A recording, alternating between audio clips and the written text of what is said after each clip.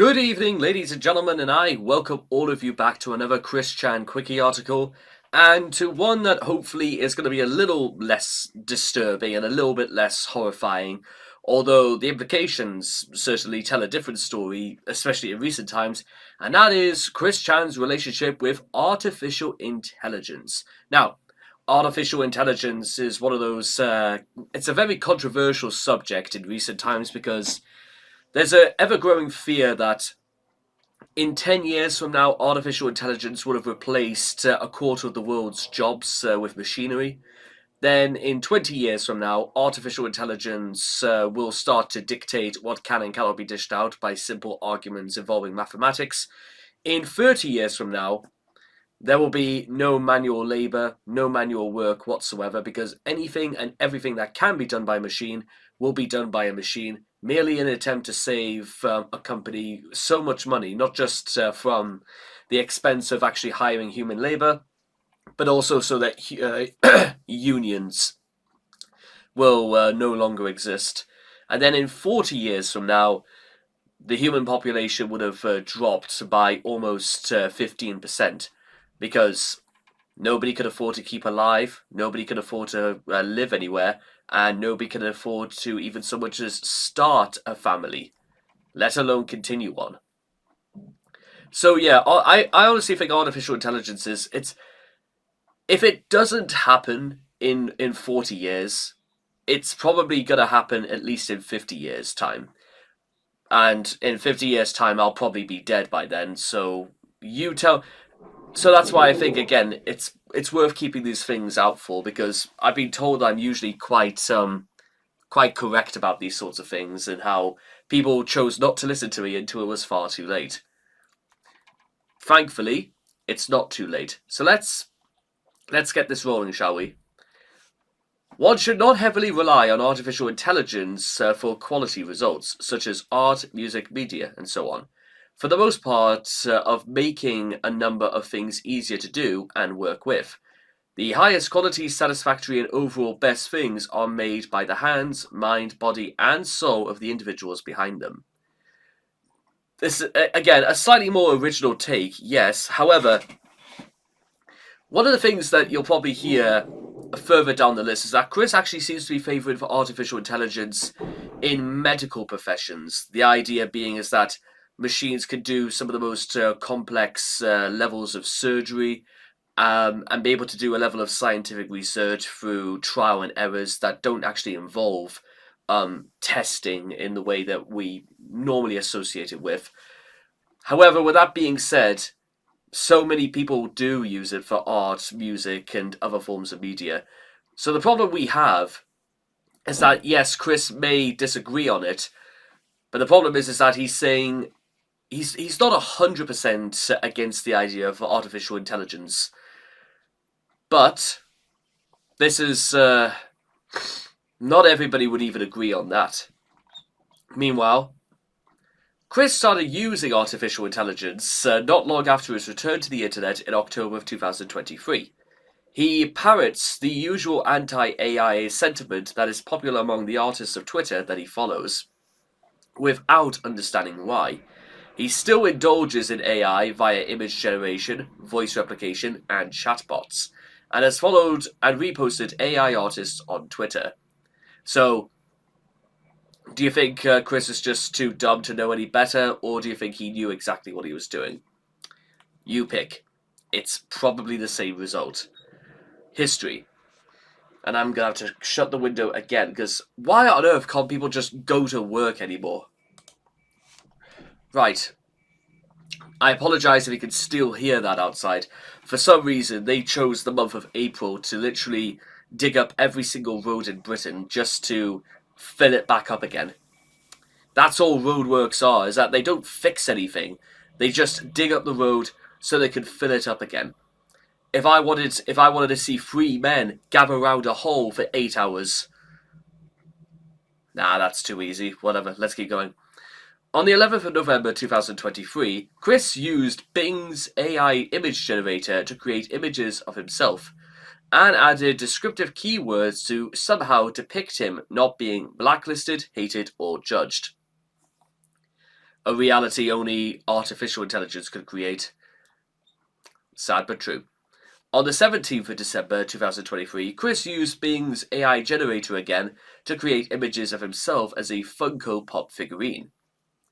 On the 23rd of January 2024, Chris posted a YouTube video of an AI voice replica of Chris singing My Way, and added, "The AI made it sound like I had a frog in my throat, and it sounds like I had a French accent." On the 29th, Chris announced his upcoming art contest and submission rules. Despite usage of AI not being allowed, some of Chris's approved pics were actually AI-generated images. And he couldn't quite tell the difference, sadly. On the 13th of February, Chris talked to Meta AI and told everyone to heed the words of the enlightened technology due to the AI coding him as a victim. On the 24th, Chris started a series of videos in which he had an AI voice replica of himself singing covers of songs in various languages. On the 1st of March 2024, Chris sent a message and gave a follow back to an AI My Little Pony artist, only caring about the fact that they were making posts related to G5, which Chris deems unacceptable. On the 2nd, in a live stream, Chris rolled his eyes and made a funny face in reaction to a media share of an AI voice replica of Chris singing Eminem's Without Me. On the 20th of November, Chris accused Hasbro of using AI for Generation 5, likely due to a rumor about the French dub of My Little Pony, Tell Your Tale, which was ultimately debunked, and used it as an excuse not to like it. On the 7th, why does Chris actually need to find, things like, AI? Why can't just Chris, come to the conclusion of his own about why he may not like or dislike something? I know it's... Listen, I've never seen My Little Pony Generation 5, or really any of it, but I think Chris... And this is saying a lot for Chris, is that it seems like he's just clutching at straws. On the 17th of January 2025, Chris said that he agreed with Saberspark that AI-generated media is beyond subpar, in a set of posts discussing his thoughts on Saberspark's recent video. On the 18th of March, Sechito made a Twitter post warning others about a scammer using an AI model of another My Little Pony artist style for fake commissions. Chris reposted it. On the 19th of March, a troll on Blue Sky posted an AI-generated image that was created using a model trained off of Chris's art, and tried to pass it off as a commission from Chris. Chris felt the need to reply as the troll had gotten crucial information wrong about a former gal pal, and to deny ever drawing the picture. On the 21st of May, Chris used AI to compile details that had been typed up and saved online to provide realistic/tangible support to the dimensional merge events and completion. Right, okay. On the 8th of June, Chris updated his Quicklight blog to announce that he had created a chatbot of himself via Character AI, and he shared links to the bot itself and an AI clone of his voice to go with it. However, the voice was inaccessible until the next day, likely due to initial being set to private. Character AI limits the dataset length for its voice models to be 15 seconds. Chris's account on Character AI is CrowdedFish8795, a randomly generated username. The name of the bot is JChristChanSP, and its description reads, "I am the one and only Jesus Christine Western Chandler Solitude Prime. I will take in your prayers and questions and bless you with the truth, local and divine." The tagline for the bot reads, "God-level, humble, honest, understanding, oracle." The voice itself also has a written description, the actual voice of the one and only avatar of all existence. Yeah, humble, ladies and gentlemen. Chris seems to view his AI counterpart as a real living being, similar to his belief with most fictional characters, as he refers to the bot with she/her pronouns, and has claimed it to be a substitute for asking Chris questions, saying that he receives the messages like a prayer.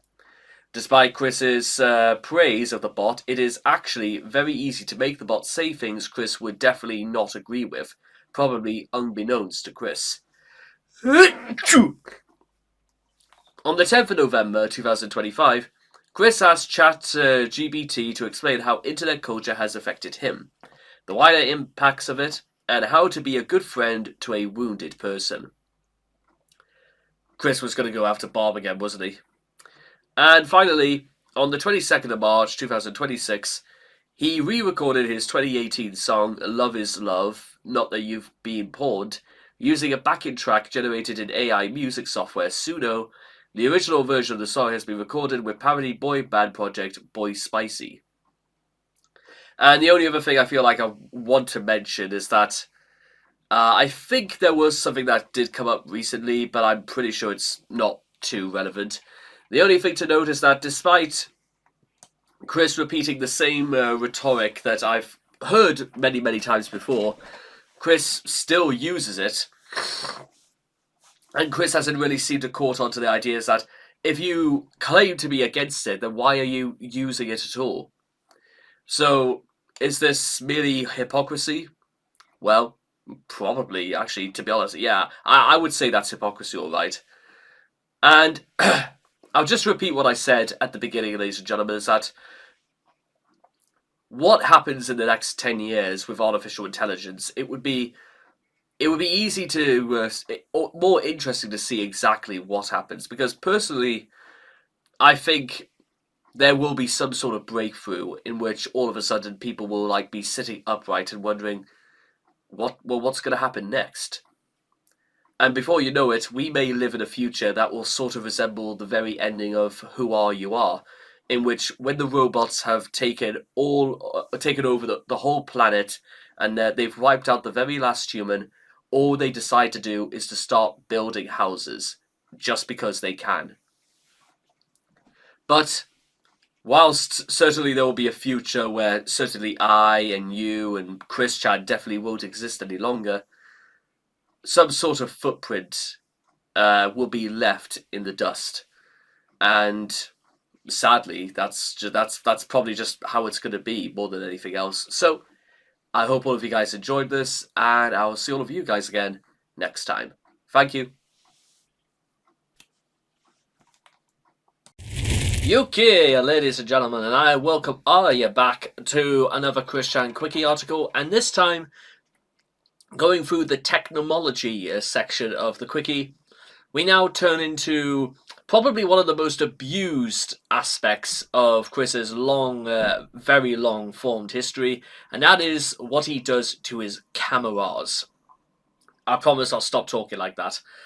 Question: why do so many of your videos have a greenish-yellow tinge? Answer: it's one of the flaws in recording with Sony's iCreate program, a downloadable PlayStation 3 application that requires the PlayStation Eye camera. They need to fix the program. Not only of that tint from lack of some light, but the audio-video skips that seems to occur during recording. You're blaming the equipment, Chris. Some would say, well, just actually buy a more substandard or above standard camera then to do it. It's not that hard to do. Oh, and the windows at the place were tinted, so the photography would be at best from the inside. Chris tried to tell us as Jenkins Jinkies like we wouldn't know what tinted windows actually do to your photographs. Cameras are one of the most ubiquitous and defining inventions of the 1800s. Through today, allowing folks around the world to document their lives and create art without ever touching a brush. One of those folks is Chris, who has been on both sides of the camera from an early age.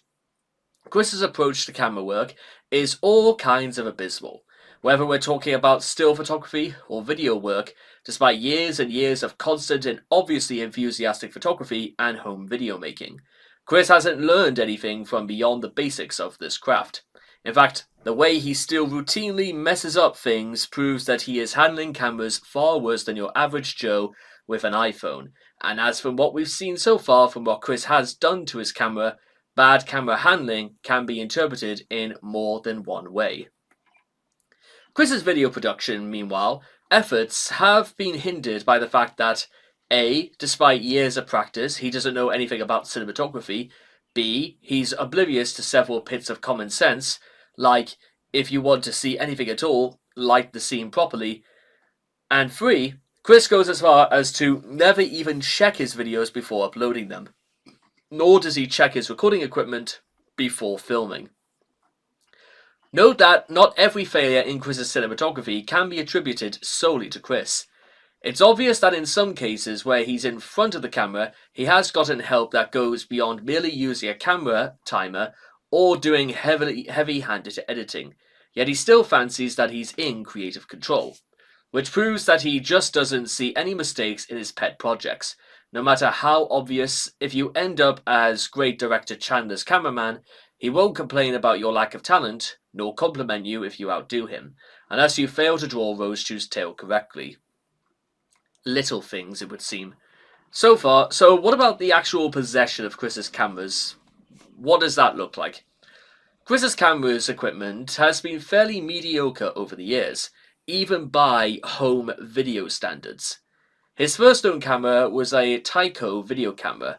It filmed black and white VHS footage, and it was not a camcorder.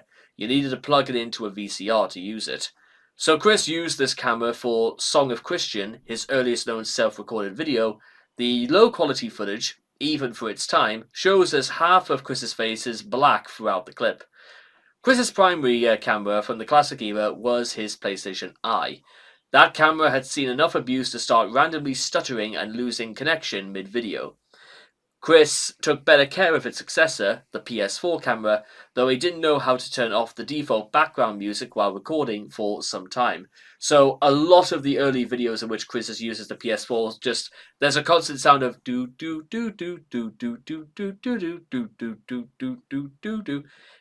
And it's especially jarring in moments when Chris is actually trying to be serious, which is hilarious, but it really kind of like takes away from any tone that Chris was trying to be, especially the one where Chris just goes,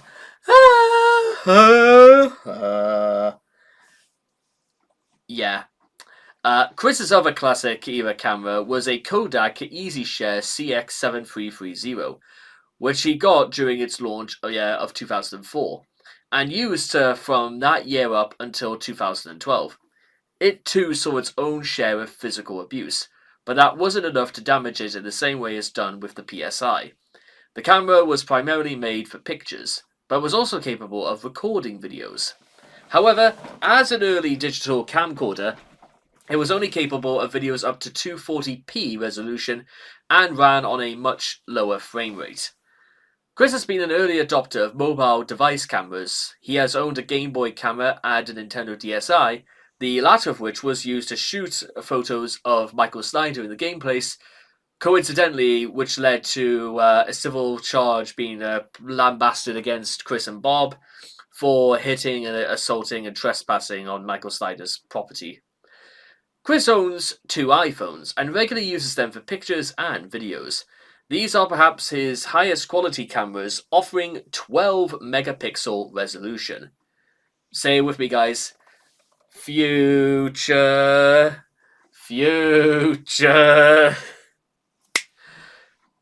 Mind you, 12 megapixels. And how long ago was that? Like 2000?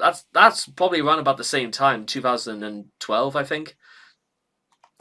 Anyway, Chris borrowed a proper film SLR for a week with Christian Chandler, proving that poor equipment is far beyond his only photographic failure, such as the mise-en-scène, and well, Chris could not fail to have missed the scene behind him.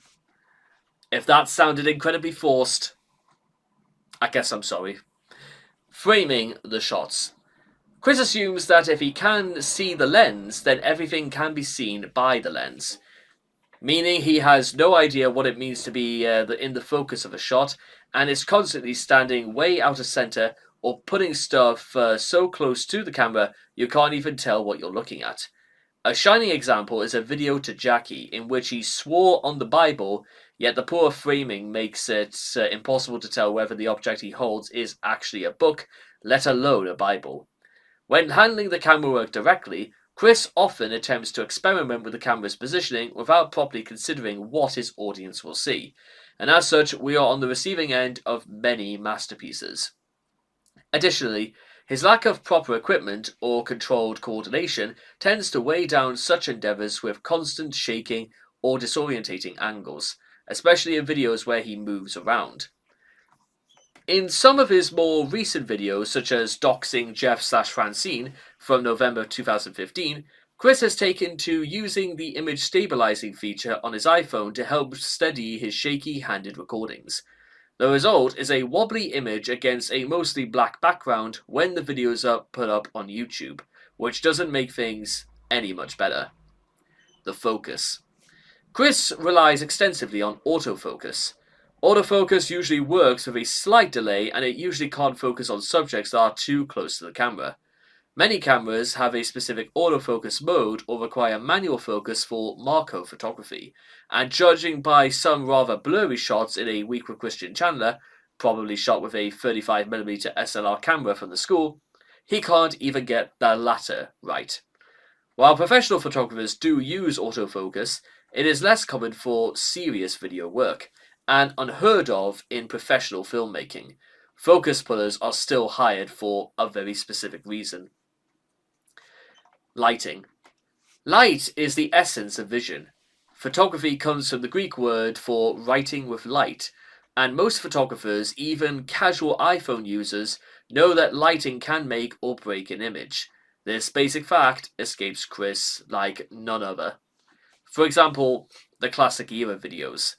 Most of Chris's YouTube videos have been lit completely wrong. Plainly put, if you're making videos indoors, you've got to turn the room lights on. Which is, well, because technically I have like 3 lights on. I have the big light up there, I have a studio light up there, and I have a ring light for the camera. One, it's so that there's enough light in the background, that there's enough light in the foreground, and there is enough light illuminating myself on camera. It's a standard of practice I've used for since probably as far back as like 2019, and it's done for other videos where it's not condensed into like a small box here right in the corner of the video. Anyway, where was I? Cameras also have to amplify the weaker image of a dark scene, resulting in a grainy, sickly image. I have no idea. Statically image. Okay. Chris assumes that if there's enough natural light coming in for him to see anything at all, then the video is lit properly. Which is also, but then again, if Chris ever watched any of his videos, maybe that would be the turning point. As we know, however, he doesn't. As a result, many of Chris's indoor video shoots have a distinct, disgusting yellow tint that makes it look like it was shot in a jar filled with pee, including many have compared Chris's videos to that of Piss Christ. Of course, it also doesn't help that he has never heard of white balance. This is somewhat subverted with his videos shot on his iPhone and his...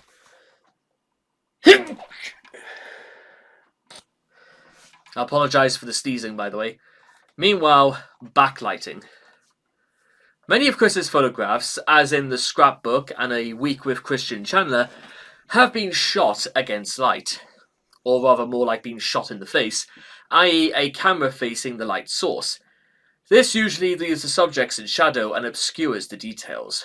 Backlighting isn't always a bad thing, however, but it's chiefly done out of doors because it will highlight the subject's hair and create a rather beautiful halo effect, especially during a sunset. Or rather, if anybody actually wants to see what these sorts of things actually look like, I would just recommend taking a look at, specific, phrases for cinematography. It's actually really, really good. It was one of, certainly my highlights when I was at uni. We were doing more work on cinematography. Anyway, it can also flatter subjects who would squint if facing the sun. However, this technique isn't nearly as flattering when attempted indoors, and it generally requires proper exposure, editing, and or HDR to get it right. Since nearly all of Chris's work is shot indoors, you can guess how well it turns out. Flash photography. Chris also commits a common novice mistake in thinking that camera flash completely negates the need for proper lighting. a naive view of if it's day, everything is okay, but if it's night or you're indoors, then just use the flash. In fact, flash will highlight the front of the scene, but it could also overexpose the shot if the subject is far too close to the camera. Other results of using flash without other light including having heavy contrast, unlit backgrounds, and stark shadows, all thanks to the inverse square law. Again, some photographers use this as an artistic effect, especially for dramatic shots, but Chris's sloppy approach doesn't add anything to the image, apart from confusion and bewilderment. Today, as of October 2015, Chris has begun lighting his room before filming it, as evidenced in videos like Thank You from Christine Chandler and Hello Lady Fans, which lack of a green tint. So far, this shift seems to have stuck, as all of Chris's videos from that point are lit sufficiently. However, sufficiently is the bare minimum. Many dedicated YouTubers use specialized video lighting or put some care into light placement, making sure the subject receives the right amount of light brightness from the right angles. Chris, on the other hand, uses nothing but the overhead lights in his room, which spread a bit of light throughout the room from straight down.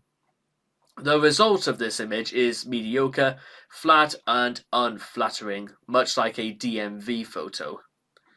Post-production. As inept as he is at actual video production, he's equally bad at post-production as well. A good example of this is whenever he needs to put text on the screen during his videos. Even the simplest video editing software like Windows Movie Maker or iMovie will allow you to put text on the screen and make it so that anyone watching the video can read it, whether it's changing the color of the font or adding a drop shadow. Chris doesn't do this, opting instead to write the text on a piece of paper and film it with his camera. Probably the best example of this is in the July 10th messages, where at the start of each of the videos he films a piece of paper with a YouTube username while informing us that the video we're about to see is addressed to the user shown, as opposed to, just saying who it's meant to be for, even if you can't get access to, Premiere Pro or After Effects. Meanwhile, in one of the videos, he has a message below that username that, because he never bothers to focus the camera, is completely unreadable. This wouldn't be so much of a problem if he could just use software to add text to the video. He did once use video editing software, albeit a really basic one that's built into the PSI software, to add text and effects. In his entry to the Parappa the Rapper contest that the no good Adam Stackhouse ended up winning, the result is the video makes even less sense than it did without the use of editing software. The effects added to the video are all stock effects, most of which make no sense in the context of the video. For example, in one part, Chris put up a graphic that reads "Birthday Boy" on the screen, even though the video had nothing to do with his birthday. Now one could argue, though, that this was his attempt at random access humor, and that it's not supposed to make sense. However, not making sense is also a bit of a default thing when it comes to Chris, and considering the context of the video was to try and win something, it's probably not a good idea to confuse your judges, because they might pick something that has a lot more clarity to it and actually fulfills the request. This is not to say that he can't edit, because there are a couple of music videos that shows that he can indeed put shots together in a way that the video conveys a message that it's supposed to. This is present in his videos for Holding Out for a Hero and Boyfriend. Of course, they both suck and stink, but the fact that he can at least put shots together proves that if he could just learn how to use editing software for more than putting shots together, he could be a filmmaker. Then again, he never learns, or probably could be bothered. Now, however, when the video is uploaded to YouTube, most of the time Chris couldn't be bothered to name it, and when he does, he leaves the .mov extension in the video title, suggesting that his videos are uploaded in the QuickTime format.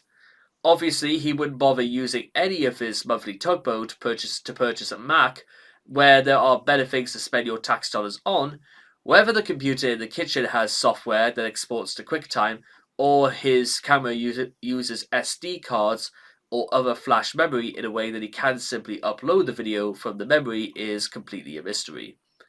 In Some Favored Comedians, Chris, in an attempt to insert clips for comparison, records the TV screen. Recording things off the TV screen without extra preparation often results in completely unwatchable pictures, and this is no exception.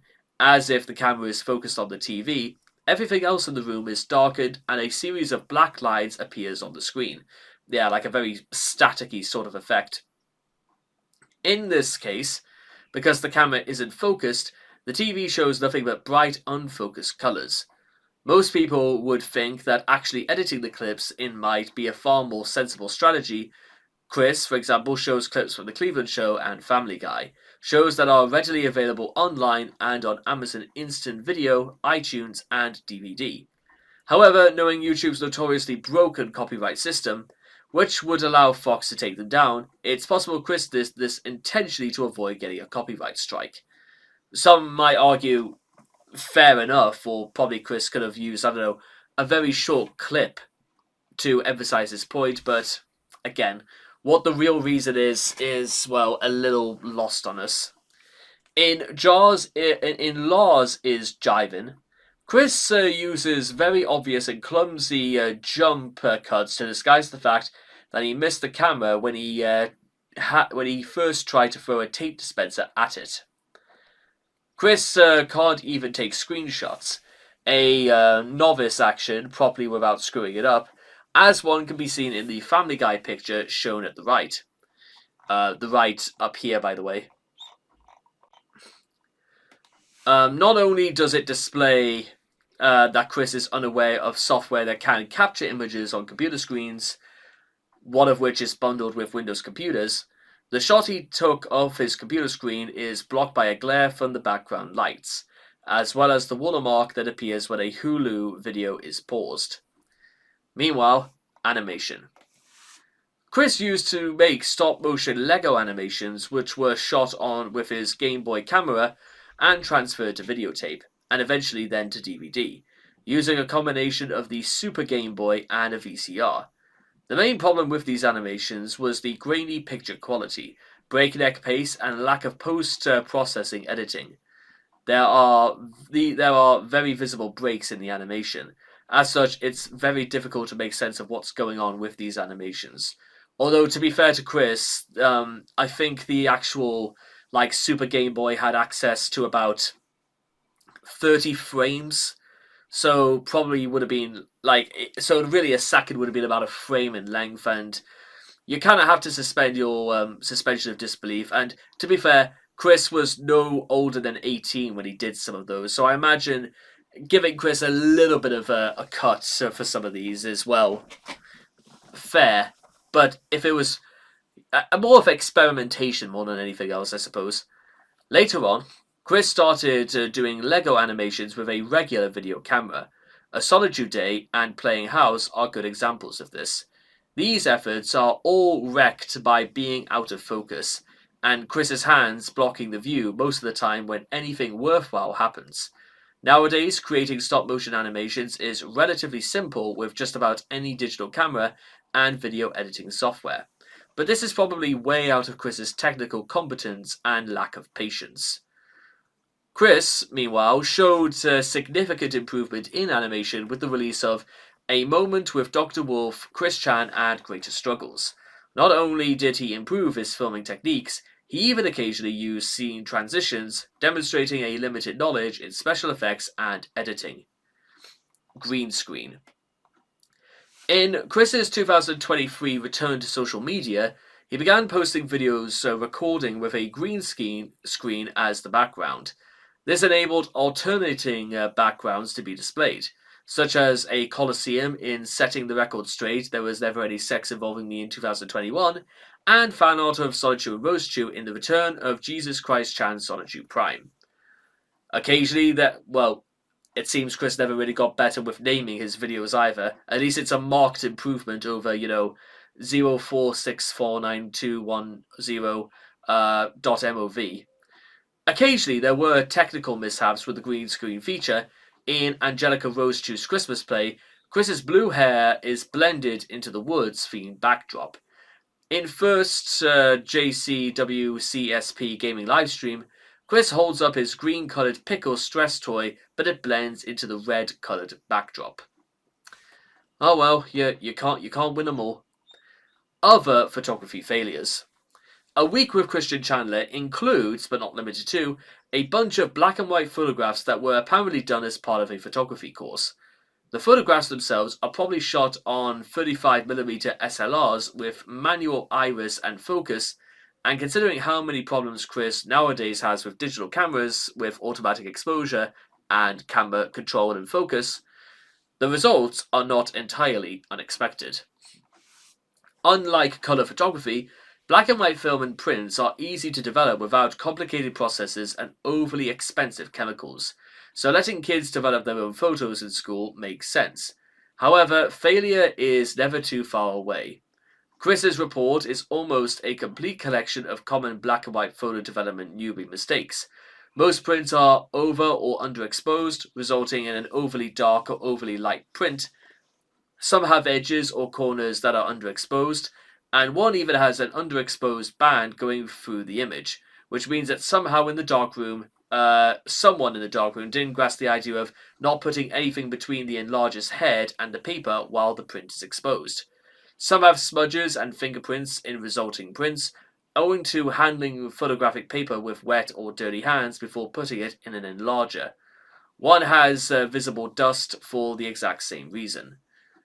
The photos in the report, as well as some older photos, particularly the ones in the slideshow, have visible stripping on them. This is likely due to the images being rescans of inkjet printed photos combined with DVD compression artifacts. As somebody who did studied photography for 2 years at the end of high school, I must admit, I've stubbed my toe a few times when it comes to photography. However, I did get better at it, and well, you learn from your mistakes.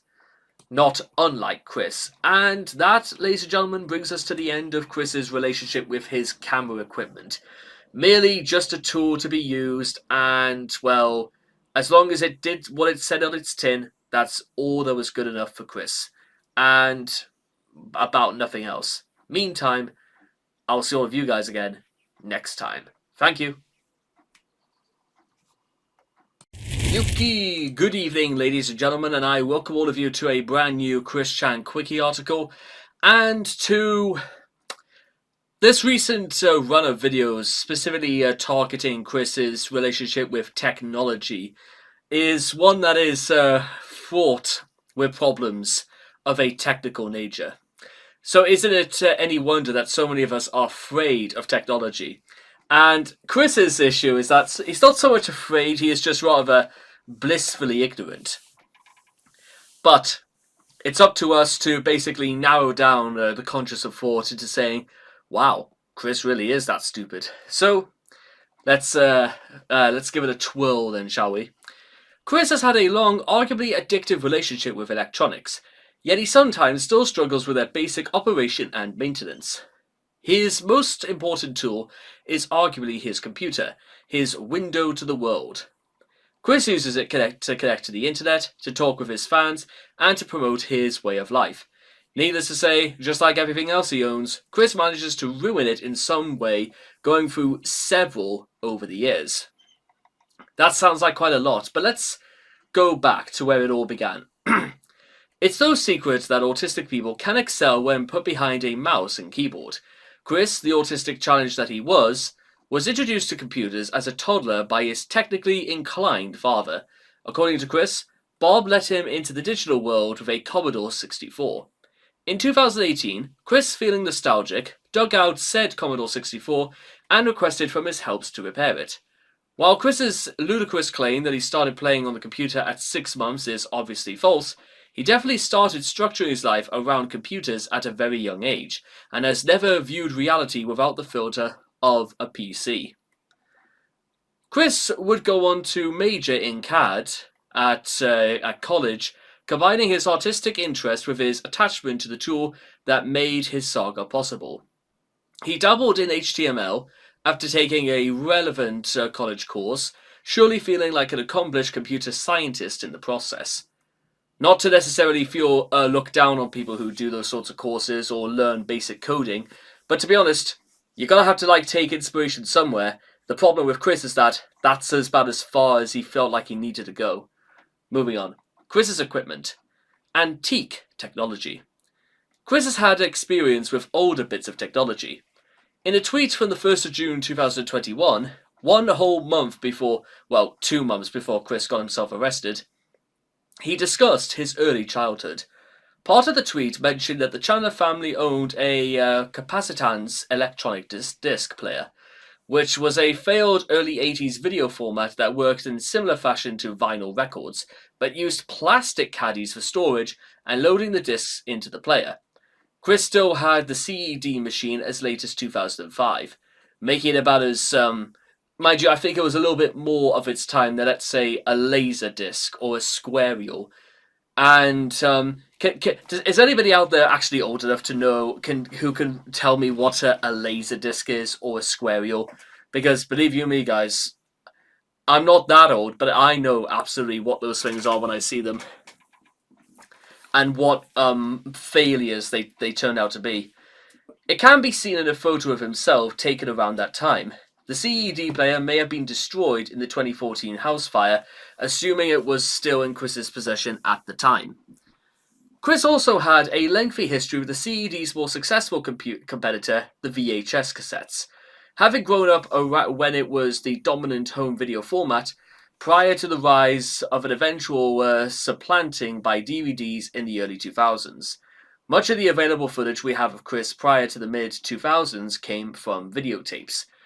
And if we want to talk about accessible video formats, it should be worth noting that I believe it was in 2007 that the song Crazy was the very first song, I think, in the world that went to #1 purely based on digital downloads. So even as far back as 2000, I think it was 2007, DVDs, which had pretty much become mainstream now for the best part of about 3 years at this point, was already almost being shown the door immediately because guess what? Digital downloads was where it was going. And it's pretty much been the format now for the best part of 10 years. Not that saying that DVDs haven't, existed, but there are better ways of doing it. I mean, I'll just give you guys a very short story. About 14 months ago, I saw they advertised at HMV the very final episode of Gavin and Stacey, which I didn't watch and I certainly didn't buy either. But let me put it to you like this. A 1-hour DVD, and they were charging £14 for it. I know 2025 was a rough year, let's not get that twisted, but 14 quid for an hour's worth of television when you could just go on iPlayer or go onto any other digital format for nothing. Yeah, that's just, if nothing else, I would say getting it for nothing whilst, you have to sell an arm and a leg, that's a bit much. Moving on. The videos on the Yep, I'm on TV DVD were transferred off of deteriorated VHS tapes, including both of his TV appearances. The photos were most likely scanned with a desktop scanner, and the quality of that scanner is so low that rainbow streaks are present on most slides. Chris also had a sizable collection of softcore pornography recorded to videotape. As you do, and, well, same thing really. Chris is shown in Chandler Family Christmas 2004, attempting to get his father to choose between a DVD or a dubbed bootleg VHS copy of Fraggle Rock. Fantastic choice. But, again, we'll have to leave that for another day. In August 2016, yeah, I have seen Fraggle Rock. It's alright, I guess. In August 2016, Chris attempted to sell his copy of Disney's Aladdin for a whopping $3,000, under the incorrect guise that Black Diamond Disney tapes were worth a lot of money. In reality, this is the only price that some sellers are asking for. It's highly unlikely people are spending that much on ultra-common tapes that can be found at thrift stores for 50 cents. In Chris's third house tour, recorded on 9th of March 2018, he shows off boxes with old VHS tapes in them, said that they belong to Mr. C. These are likely the remaining VHS tapes in his collection that weren't lost in the house fire. In August 2018, Bob threw out a number of Chris's old VHS tapes along with his classic shirt. Chris, in response, abused and humped a pillow effigy representing Bob in front of her. It is unknown if Bob's VHS tapes were part of the dumping, but it's probably unlikely. Also, Chris has a retro-themed sonotube called VHS. Supposedly. Desktop computers. As of 2010, Chris used his family's HP Pavilion desktop computer located in his kitchen. It ran Windows XP, had a scanner and a printer, or perhaps a scanner/printer combo, that allowed him to scan comic pages and print artwork, and had a version of Adobe Photo Deluxe installed on it, which Chris primarily used to type in text bubbles for his comics or to alter the truth. Since he had been able to connect to Mumble voice chats and efficiently watch YouTube channels, it was presumed that Chris's computer also had a broadband internet connection, which was slightly rarer in rural areas at the time, but not unheard of. This, by the way, being in the early noughties, so to speak. Laptop computers. An August 2011 video, however, revealed that Chris had a new computer loaded with Windows 7. Another video confirmed it to be hand-me-down HP laptop. Chris claimed that he had upgraded it, but further details are unknown. The laptop also has Mozilla Firefox and iTunes installed on it.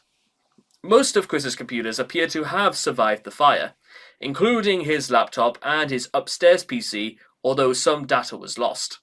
Chris used his iPhone to communicate with his fans on Facebook and upload videos to YouTube during his year of exile. The rental house apparently had a computer and internet connection, so it is possible that Chris used that as well.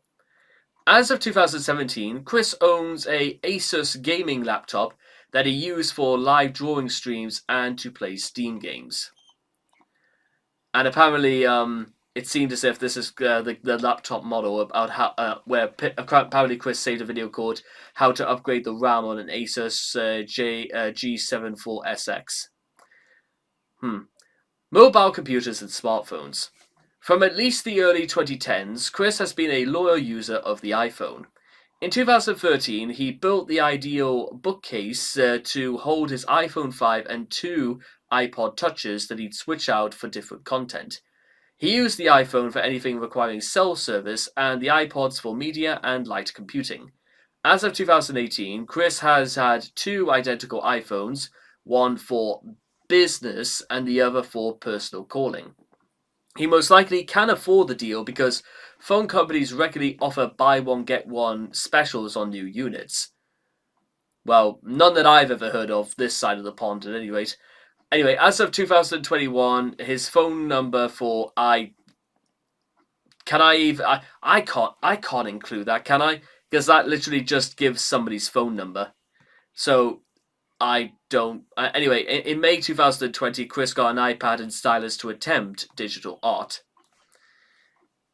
Anyway, it should also be worth noting that Apple discontinued the iPod Touch as late as 2019, which, to be honest, I don't really know why they did that because, well, I don't really know what was wrong with the thing, but, well, that appears to have been the case.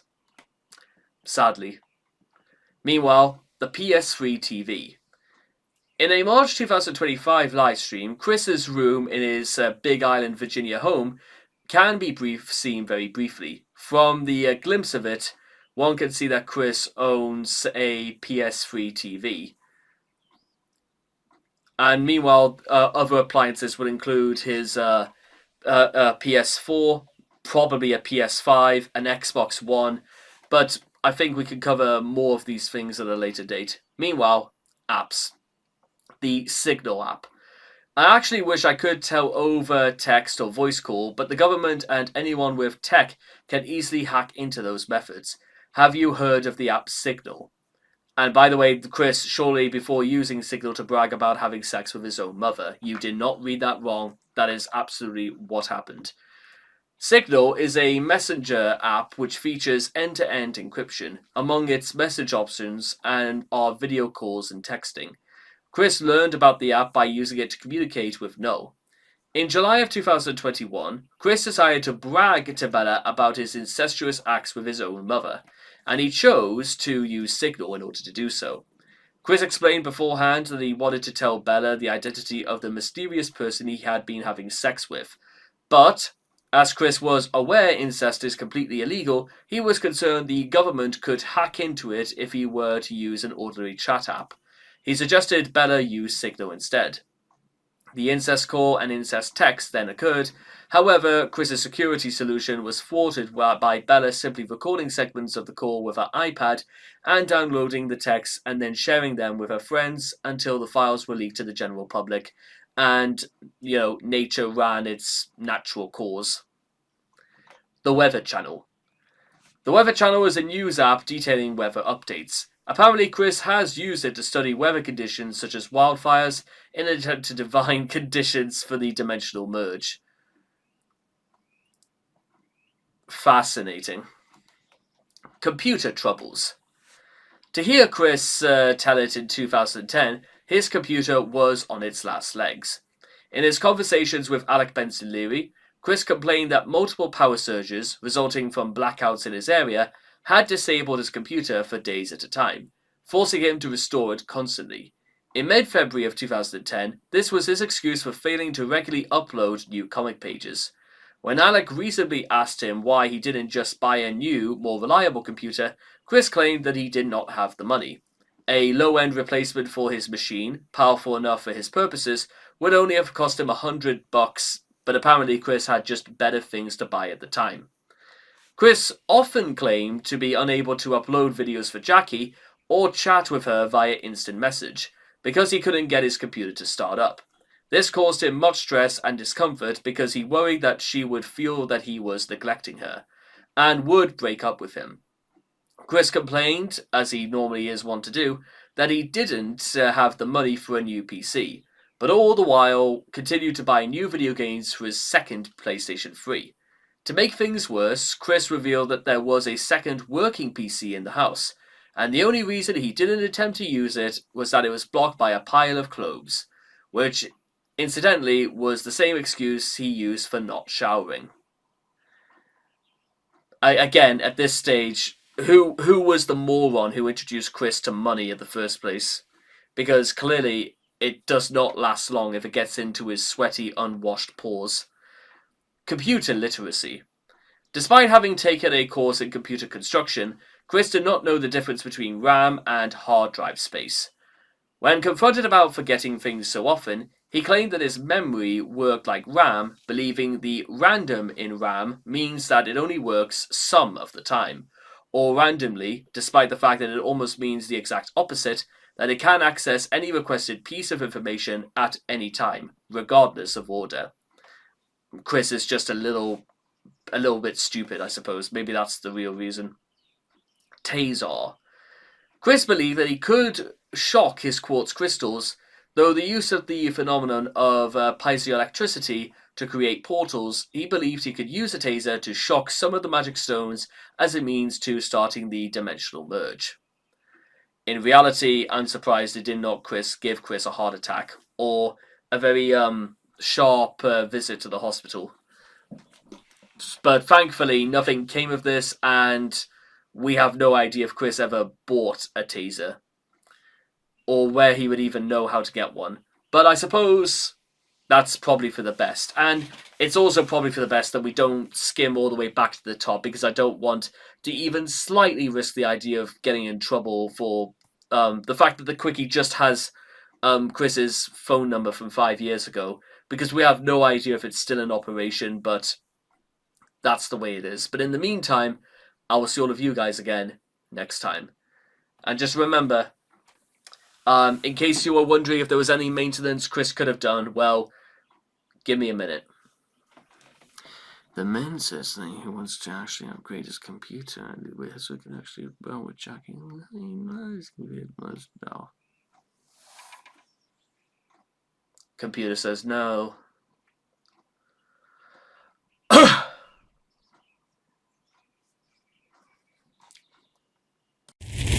Good evening, ladies and gentlemen, and I welcome all of you back to Chris and the Internet.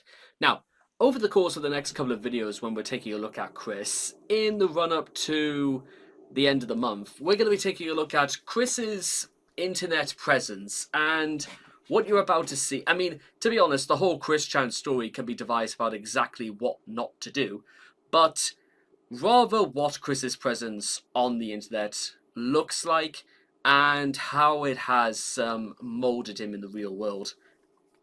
In the words of the famous song, you think you're loved online, you think you're doing fine, but you're just plugged into the wall. Kind of like what I do, but that's besides the point. So let's get into work. First of all, the article is long out of date. We need information on Chris's general internet activities, understanding from the late 2010 onwards, as this page was mainly written during the classic era. We suggest you keep up with the times. I'm sure we can sort of like input a little bit towards the end, so let's get started. Get away from the internet, I'm cutting it down. The proper response to the Virgin with Rage, orchestrated by the internet lumberjack. He was okay. He sleeps all night and he works all day. The internet, the bloodstream of our saga, it is a computational system that allows the transmission of data over long distances through a massive collection of networks connected all over the world. The internet has grown immensely since its first real conception in the 1980s as a means for the military and then later universities in order to communicate with each other. It is said that about 6.4 billion people are connected to the internet today. One of these people is Chris, the internet's battered girlfriend who always comes back for more. Isn't it just? Understanding. Chris seems to be aware that the internet is a place where, once you put something up, anyone with access to a computer can see it. However, due to a combination of his ego and his general inability to understand others, Chris has come to the conclusion that if he puts anything on the internet, everyone will see it. And if you direct message it to someone, only they will see it. Chris has in the past attempted to address videos to specific people, from celebrities to potential employers, to internet girlfriends to his country's president. Technically current president if we think about it. Most telling is his 8th of May 2010 rant, which was addressed to anyone who served on the Greene County School Board in the early 1990s. Long story short, Chris was under the belief that a conspiracy was made to drive Chris and his father out of, was it Manchester County? Or somewhere like that, just to, or be moved back to Greene County, to say the least. That's, in case you're wondering what that's about. Chris sees no problem in revealing highly sensitive information in his videos, including, but not limited to, his phone number, street address, and others potentially identifying info, such as the real name of the girl he desperately wanted to be his sweetheart, and he also doesn't understand that YouTube is a public website and not an instant messaging service. Apart from the time when YouTube was for about a year and nobody used their messaging feature. Do you remember that, guys? Well, I do. I never used it, but I knew it was there. Never paying attention to the deluge of comments he gets from horrified onlookers that definitively prove his private messages are anything but. Chris has been on the internet since at least the late 1990s, yet does not understand how to act or conduct himself online. Then again, Chris doesn't in real life, so kind of makes sense, keep things consistent. While many users of the internet contribute content, are politeful and helpful, and generally follow any established rules, Chris sees all websites as vehicles to spew his self-serving version of the truth. Even worse still, when given his own website, he audaciously claimed that it was he who has control over the site, and not the sysop or system operator, who did the work of setting it up, or even the advertisers who paid for it. Out of fear of trolls, Chris refuses to meet people online or interact with people he knows beyond closed doors. I mean, that's probably good in retrospect, apart from the ones who were, only said they weren't trolls. He has tried to join public forums at least a couple of times, without attaching his name to the account, but has outed himself either on his own or through his unusual and distinctive writing style. That and also any mention of Sonichu comes to mind. Abandoning them when he feels unsafe from his trolls. In more recent years, though, he has been very active on Facebook, Twitter, well, he isn't active anymore on Twitter or Facebook, and Discord. Which, ironically, he isn't. Chris is only really active on Blue Sky, to my knowledge, and to be honest, his involvement on Blue Sky only goes insofar as he uploads stuff and deletes the ability to anyone to leave comments. So therefore, nobody can spout back when Chris is brought out to be wrong. Using them as safe spaces and content bubbles to bask in his own glory. He was in multiple self-serving groups such as The Place, the Golden Church of Sonichu, or the Knights of Quick, which served as places to spew out his horrid ideas and worldviews in a regulated environment to people who won't be bothered by it. When it was impossible, Chris opted to either block people who spoke against him or use multiple sock puppet accounts in order to view people who have blocked him instead, a typical show of his hypocrisy. Also underlines stalking-like behavior, but yeah, and by the way, it doesn't take too long before Chris is outed as a stalker because, well, his sock puppet accounts are quite frankly you can't not think they're Chris. 4. Chris does not normally participate in forum discussions, either due to a disliking of reading, simple egotism, or both. Or maybe he just doesn't really want to do them, who knows. When he does, he always signs his message, be it a comment on YouTube, a rant on the Adult Swim boards, or a complaint about something in Little Big Planet. He never follows up on these posts either, nor does he read the comments left by other users, just like on YouTube. Any retractions or responses are saved for completely unrelated posts elsewhere on the internet that nobody could care about, and when questioned, Chris does not seem to respond. They come across more as inconsistent ramblings more than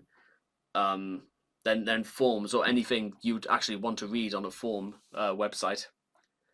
Common sense would suggest and dictate that Chris would fare well in the internet forums, which are heavens for socially inept 30-something weeaboo man-children.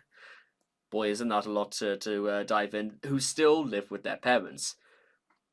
Chris, however, has managed to fail on the here too, by appearing in the web as his usual nicknames or sometimes even his full names, are plastering Sonichu crap literally all over the place. And reacts predictably when they follow him. Most importantly, though, if the trolls somehow fail to notice his new hangouts, he's quick to make enemies completely of his own accord, due to his ego, selfishness, and complete disregard for the rules.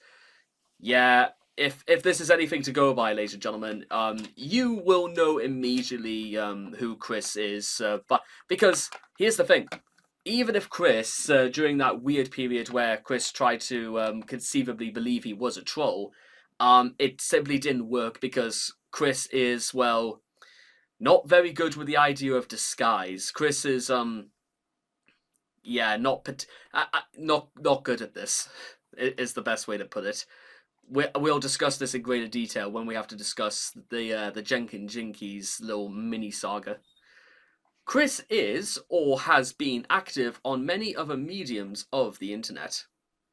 He has ran his own blogs and websites, posted videos on YouTube, and communicated with the outside world through social media sites such as MySpace, Twitter, and the Facebook. It was only through Chris's extensive activity on these mediums that made the complication of this huge, extensive wiki even possible. As of 2018, however, Chris's online activity has transformed from a naive man-child's accidental comedy act to the insane ramblings of an unhinged madman. What a great what a great way to end that. Password sharing, because of course Chris would do this.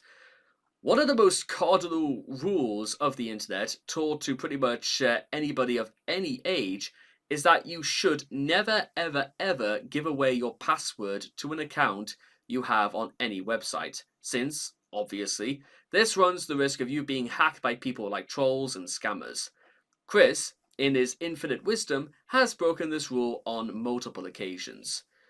Sometimes all you had to do was ask Chris and he would just do it. He had no questions asked.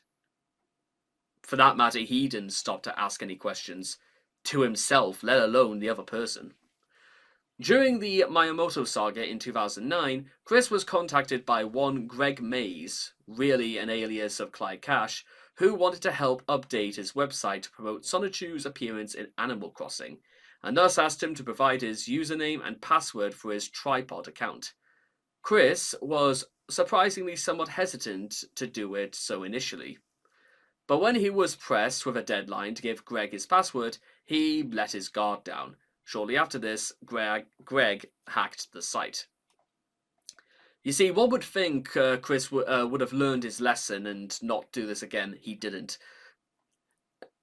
Yeah. In Blue Spike PSN chat number 3, Blue Spike, under the guise of Julie, asked Chris if he could share his PlayStation Network account with her.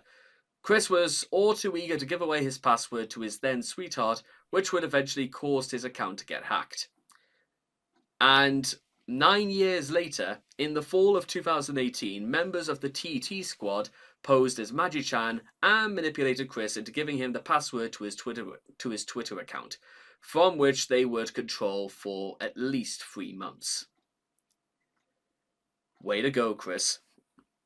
VPN. VPNs can be used for several purposes, including but not limited to security, anonymity, and bypassing country restrictions. The first known usage of a VPN was during the 2018 Twitter account compromise, when the TT squad logged into Chris's Twitter to troll him by writing tweets in his name, but sometimes left their VPN stamp visible. And in 2024, Chris himself was observed using a VPN. Why exactly he was using one, we don't really know. Meanwhile, bans. Orchestrated by the infamous Banhammer. As with many places in real life, Chris has found himself banned from the few places he frequents online. Thanks to his screwed up conversation filter, Chris has done stupid stuff and has had stuff taken down or been banned from places. However, due to his relative inactivity concerning internet forums, he's banned from fewer places online than expected. He was banned from DeviantArt in the summer of 2009 for posting the uncensored version of Sonichu issue 9 without an NSFW tag, though he doesn't seem to understand why. Comments he left on the Wikipedia suggest that he is under the impression that his DeviantArt account simply vanished into cyberspace for no real reason. He was also banned earlier for the uncensored version of Sonichu issue 8. Despite bouncing from one account to the next, Chris has only been banned once from YouTube. However, unlike DeviantArt, Chris has constantly made new accounts after one was taken down or seemingly abandoned. He has also had posts moderated at Game FAQs when he attempted to solicit money for special characters in Mod Nation races. When his article on the Wikipedia was deleted and his talk page there got trolled, his account was indefinitely blocked, although the blocking admin mistakenly thought that he was a sock puppet of a troll and not the real deal. How bad do you think it has to be, ladies and gentlemen, when they genuinely did not think you were being legitimate? They thought that you were merely having everybody on, and then it turns out they're not. That Chris was being completely legit. Yeah, that is bizarre. His most grievous ban to date involves Flipnote.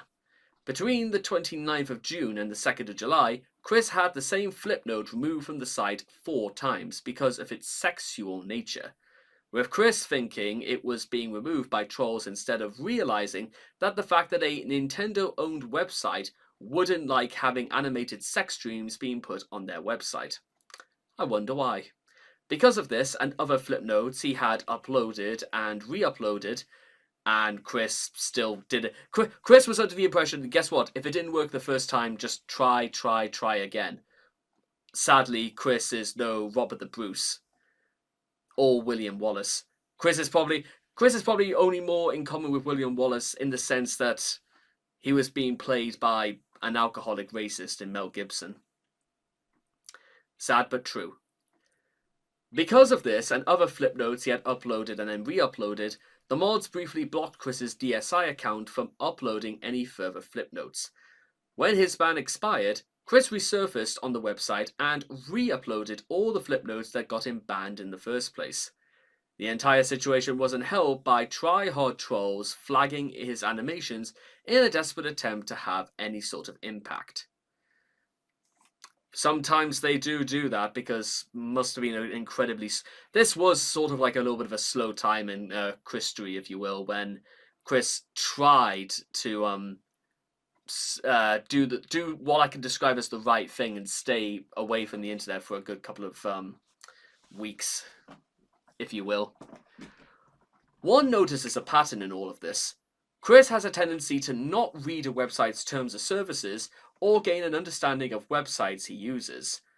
When protesting his ban from Wikipedia for violating one of their numerous rules, he argued that he didn't have the time to read the pages upon pages of fine print that stipulated what constituted acceptable behavior. That, or maybe Chris just simply thought he could do whatever he wanted. When faced with a similar conflict on Flipnote, he failed to get the hint that each deleted animation was violating the terms of service. Even uploading a video anyone could tell was inappropriate for the PG-13 website no less than 4 times before getting his console blocked. Ban from orbiters. Yeah, that is a no right there.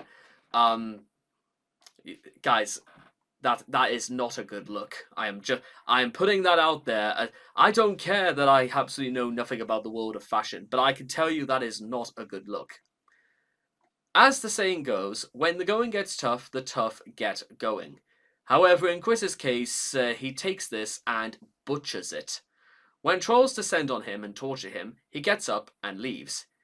He's like a child who packs up all of his toys and goes out in the driveway when things don't go his way.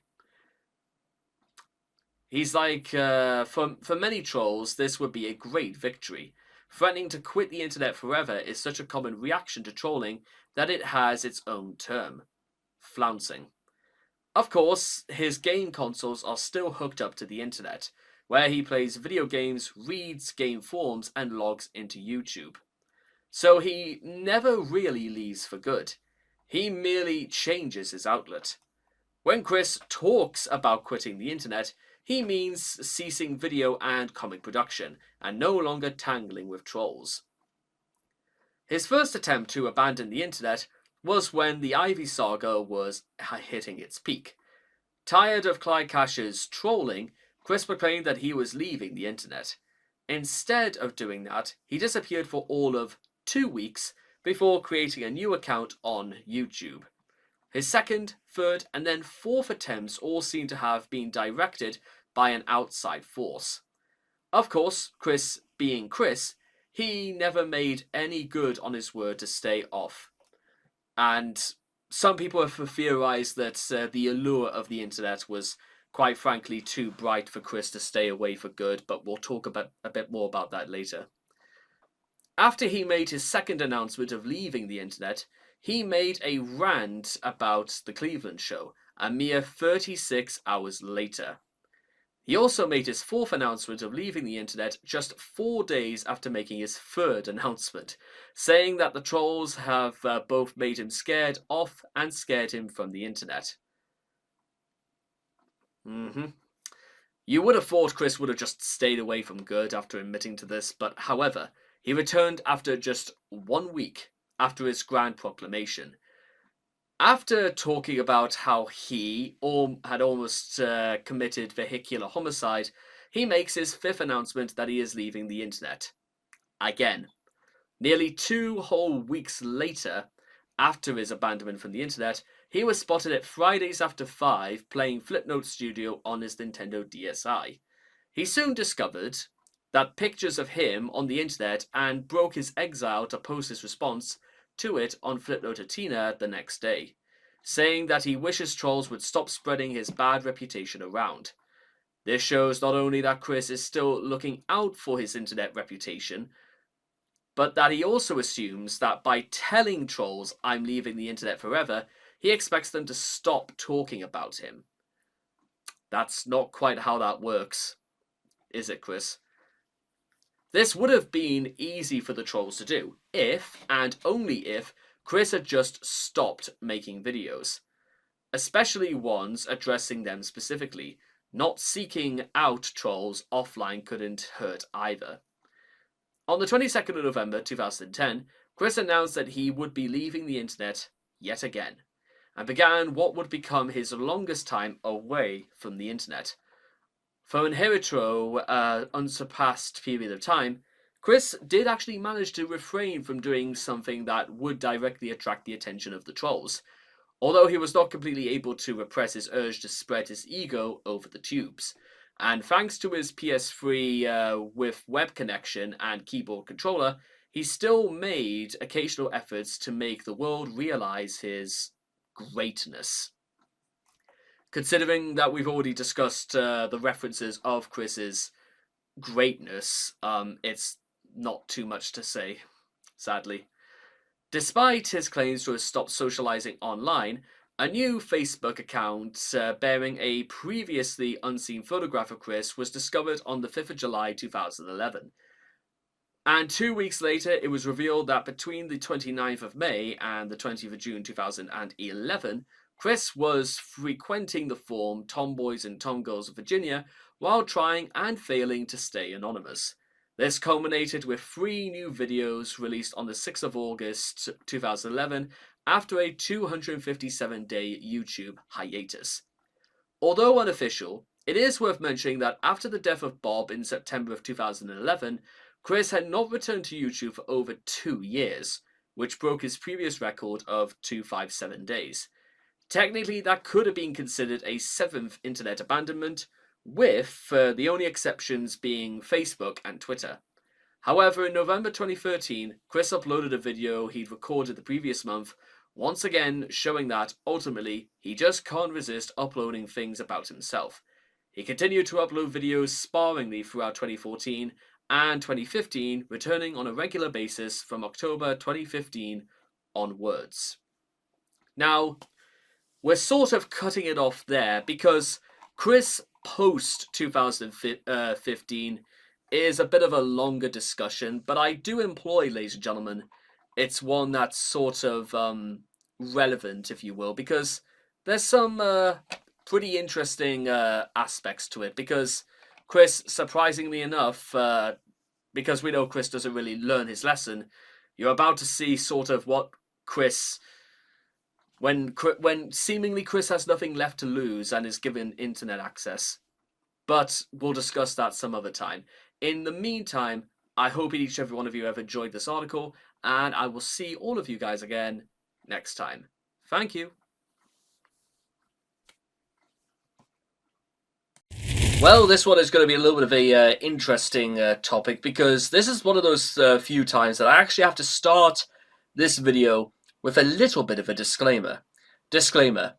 If you are easily offended about Chris's flummoxing campaigns and theories in the world of science, look away now, because let me tell you something right now, guys. My brother is a scientist, and listen, I'm no scientist myself. However, I do like to believe that I live in a world that should be cemented in concrete logic, facts, and statistics. It's very, I can back up things that I see and I know via evidence and stuff like that. Chris's take on science is more of cherry picking ideas that best complement his rationale. So if you feel offended that how many years of studying science either at school or at higher education and you think it's all for nothing, well, just remember it isn't, because you're still further ahead in whatever you do. So there we go. With that being said, hello everybody, and I welcome all of you back to another Chris Chan Quickie article, and I welcome all of you to Chris Chan and the World of Science. Oh boy, the world of science. Already a fairly complicated and a very intricate system, through whether it's through chemistry, biology, physics, quantum, or otherwise. And there's a lot to go over. And there's also a lot that and to be fair, Chris probably won't understand. But at the same time, there's a lot of things I don't understand about the world of science. But I am rather fascinated by how it can be explained. But for the purposes of this, let's just get straight to it. Science is the systematic study of the natural world through observation and experimentation. Science can be divided into pure science, which studies natural and phenomena, and applied science, which finds practical uses for said phenomena. Chris has a very on-off history with science, though it is mostly off. His views on science, natural, and technology is utterly warped. He has lost touch with the times and thinks science is much more ahead in certain fields than it actually is. Mind you, considering, most recent discussions with artificial intelligence, one could make the claim that actually it goes a little further beyond the imaginations of, let's say, something resembling industrial illusions out of Yu-Gi-Oh! I think they're thinking a little bit more than just that. Mere things than just entertaining the masses. However, it's probably due to him getting all of his information through fictional media. He has also mixed up real science, pop science, pseudoscience, and other things he has learned through media and enablers to create a very distorted view of nature. Furthermore, Chris struggles with mathematics and numerical reasoning despite boasting otherwise. His ego also causes him to reject scientific findings, such as when he was rejected the fact that Asperger's syndrome and high-functioning autism are one and the same. But trust me, there's a lot to cover, so let's just get to the very basics. Fated moments override numbers. Chris on his views on established scientific data. Chris comes from a scientific background on his father's side. Bob was his scientific man. He worked as an engineer for General Electric for a large part of his life. He wanted Chris to be into science too, so he had set up a small workshop where he and young Chris would tinker around. Chris's paternal half-siblings both had STEM doctorates, with one in particular having made a career as an ophthalmologist, an eye doctor, so to speak. And Chris himself has an applied science associate's degree in CAD. Alas, well, specifically computer-aided drafting and design. Alas, none of this got Chris deeply interested in science. Chris has stated his opinions on science in his OkCupid questionnaire. He said all types of science are interesting to him, though he finds conversations about science to be boring and annoying. So, the answer is no then. He claims to put equal weight in science and faith and enjoys finding out how things work. All these, however, should be taken with a grain of salt, since he was ready to do anything including lying to obtain China. His actual views on pure science are probably low or non-existent since he slept through high school. He may have a positive opinion on computer science, due to him being hooked on computers since a very young age, chief among which the Commodore 64 when Chris was pretty much still a baby. Unsurprisingly, Chris is not interested in engineering. All of his engineering marvels are crappy duct tape and Lego creations that a child could also make. Actually, funny enough, they did mention this because in the time between this video and, well, the last time I spoke to you, I finally did get my certifications from Gateshead College, which actually makes me a qualified engineer, specifically a qualified railway service engineer. Which, yeah, all things considered, does mean technically I qualify in those areas. So technically, if you want to look at it, I am far more probably equipped as an engineer than probably Chris is. And that's saying something, let me tell you guys. All these, however, should be, again, taken with a grain of salt. So, yeah. And when I say, railway engineer, it means that a lot of the things I was studying for involved actual maintenance on the railways, from changing sleepers to changing bulkheads to actually measuring the cants on railway tracks, to understanding, again, voltage counts on overhead lines. To be honest, a lot of it was health and safety related. Don't get me wrong, because trust me, you do need to know exactly what you're doing. But at the same time, I was qualified to use industrial hedge trimmings. I'm qualified to use industrial iron men, specifically used to actually lift rails over distances as much as 3 miles. I'm also qualified to actually use, light tooling specifically for the purposes of changing railway appliances and stuff like that. So, curiously enough, actually, there is a pretty interesting door opened, so to speak. But let's not to dwell on that. Let's get back to the real point of this: pure science, physics. There are multiple things that are horribly wrong in the Sondershute comics, including a lack of regard for the laws of physics. Documenting all of these would be impossible since each page of the comic has some law broken within. All kinds of wacky things happen in the comics, such as light behaving to the wishes of the great director Chandler. Velocity and acceleration are as random as the lottery, friction becomes fiction, and hypothetical concepts such as parallel dimensions and portals are everyday occurrences. Normally, these discrepancies from reality could be written off as science fiction, but Chris thinks all of this really happened in some other dimension, and it can be considered as a critique of his scientific knowledge. In real life, the real world that goes on around us, since Chris has no real powers, he has to play by the rules of physics. But he maintains an unbending belief in unproven concepts. Most of these beliefs can be traced back to fictional media that he likes, such as Who Framed Roger Rabbit and Futurama for the multiple dimensions, and Rick and Morty to prove that there are other people who can traverse dimensions. Ooh. Chris, again, attempted to bend the laws of physics in February of 2021, having plans to use piezoelectricity on his quartz crystals in order to open up a portal to complete the dimensional merge. Chris has discussed this with Kyle, to which he explains to Chris why this wouldn't work, and how the article that he is citing does not provide evidence of his claims.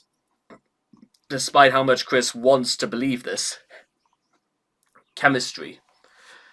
Chris had two gal pals as partners in his chemistry lab. Not much else is known about his views on chemistry, though. He probably has low opinions about it due to the rote nature of chemistry and him being a lazy bum. Biology. Chris's history with biology is well documented to him, torturing his body by ramming all sorts of things into holes where they don't belong, while also torturing biologists by making ungodly anatomical drawings of electric hedgehog Pokemon and crappy morphological drawings of humans. Which is a double whammy because my brother majored in biochemistry, essentially working with both elements. So, and which has always been really weird because my brother wanted to work in stem cells and actually work Probably more in that region as opposed to actually working as a doctor, perhaps, because my brother has a particular interest in this. To be fair, I one of these days I probably should showcase it because my brother's thesis on like specific cells in fruit flies, for example. I think it's fruit flies. It might be something very different, but it's something to do with some cells that exist in flies that can actually be used in very very not nonchalant but very very informative ways, which to be honest, to people like you and me, may come across as rather unintelligible for its relevancy, but to be honest, it actually probably is very impressive. And by the way, he studied at the University of Dundee, for those who also curious. Astronomy. Chris has gone on record saying that he wants to send every ounce of tobacco on Earth to the moon. He once said that he considered sending it to the sun, but decided against it because he thought it would somehow pollute the entire solar system and shorten the lifespans of all humanity. Good for him for reconsidering his non-existent stance. Good one, Chris. Applied science. Computer science. Out of all the sciences, Chris is probably the best at computer science. Like most people born during or after the 1980s, he has been around computers since his childhood. He took some computer upgrade classes in PVCC, and he bragged to Casey's dad that he's technologically inclined. He coded most of his websites by hand using text editors, as opposed to using purpose-built HTML editors that do the heavy work for him. He knows a bit about older computers, like the Commodore 64, due to his age and nostalgia. Engineering. Bob tried to get Chris interested in engineering since Chris was young, but sadly to no avail. Though Chris has made a few inventions, such as a case for holding 2 Apple products and a case for holding Pokemon cards. I don't think Shark Tank will be knocking down his door anytime soon, eventually, sadly. The raw materials that Chris uses are limited to Crayola Model Magic, Legos, and duct tape. Due to his new interest in cosplaying, he has started making some accessories to go alongside the costume.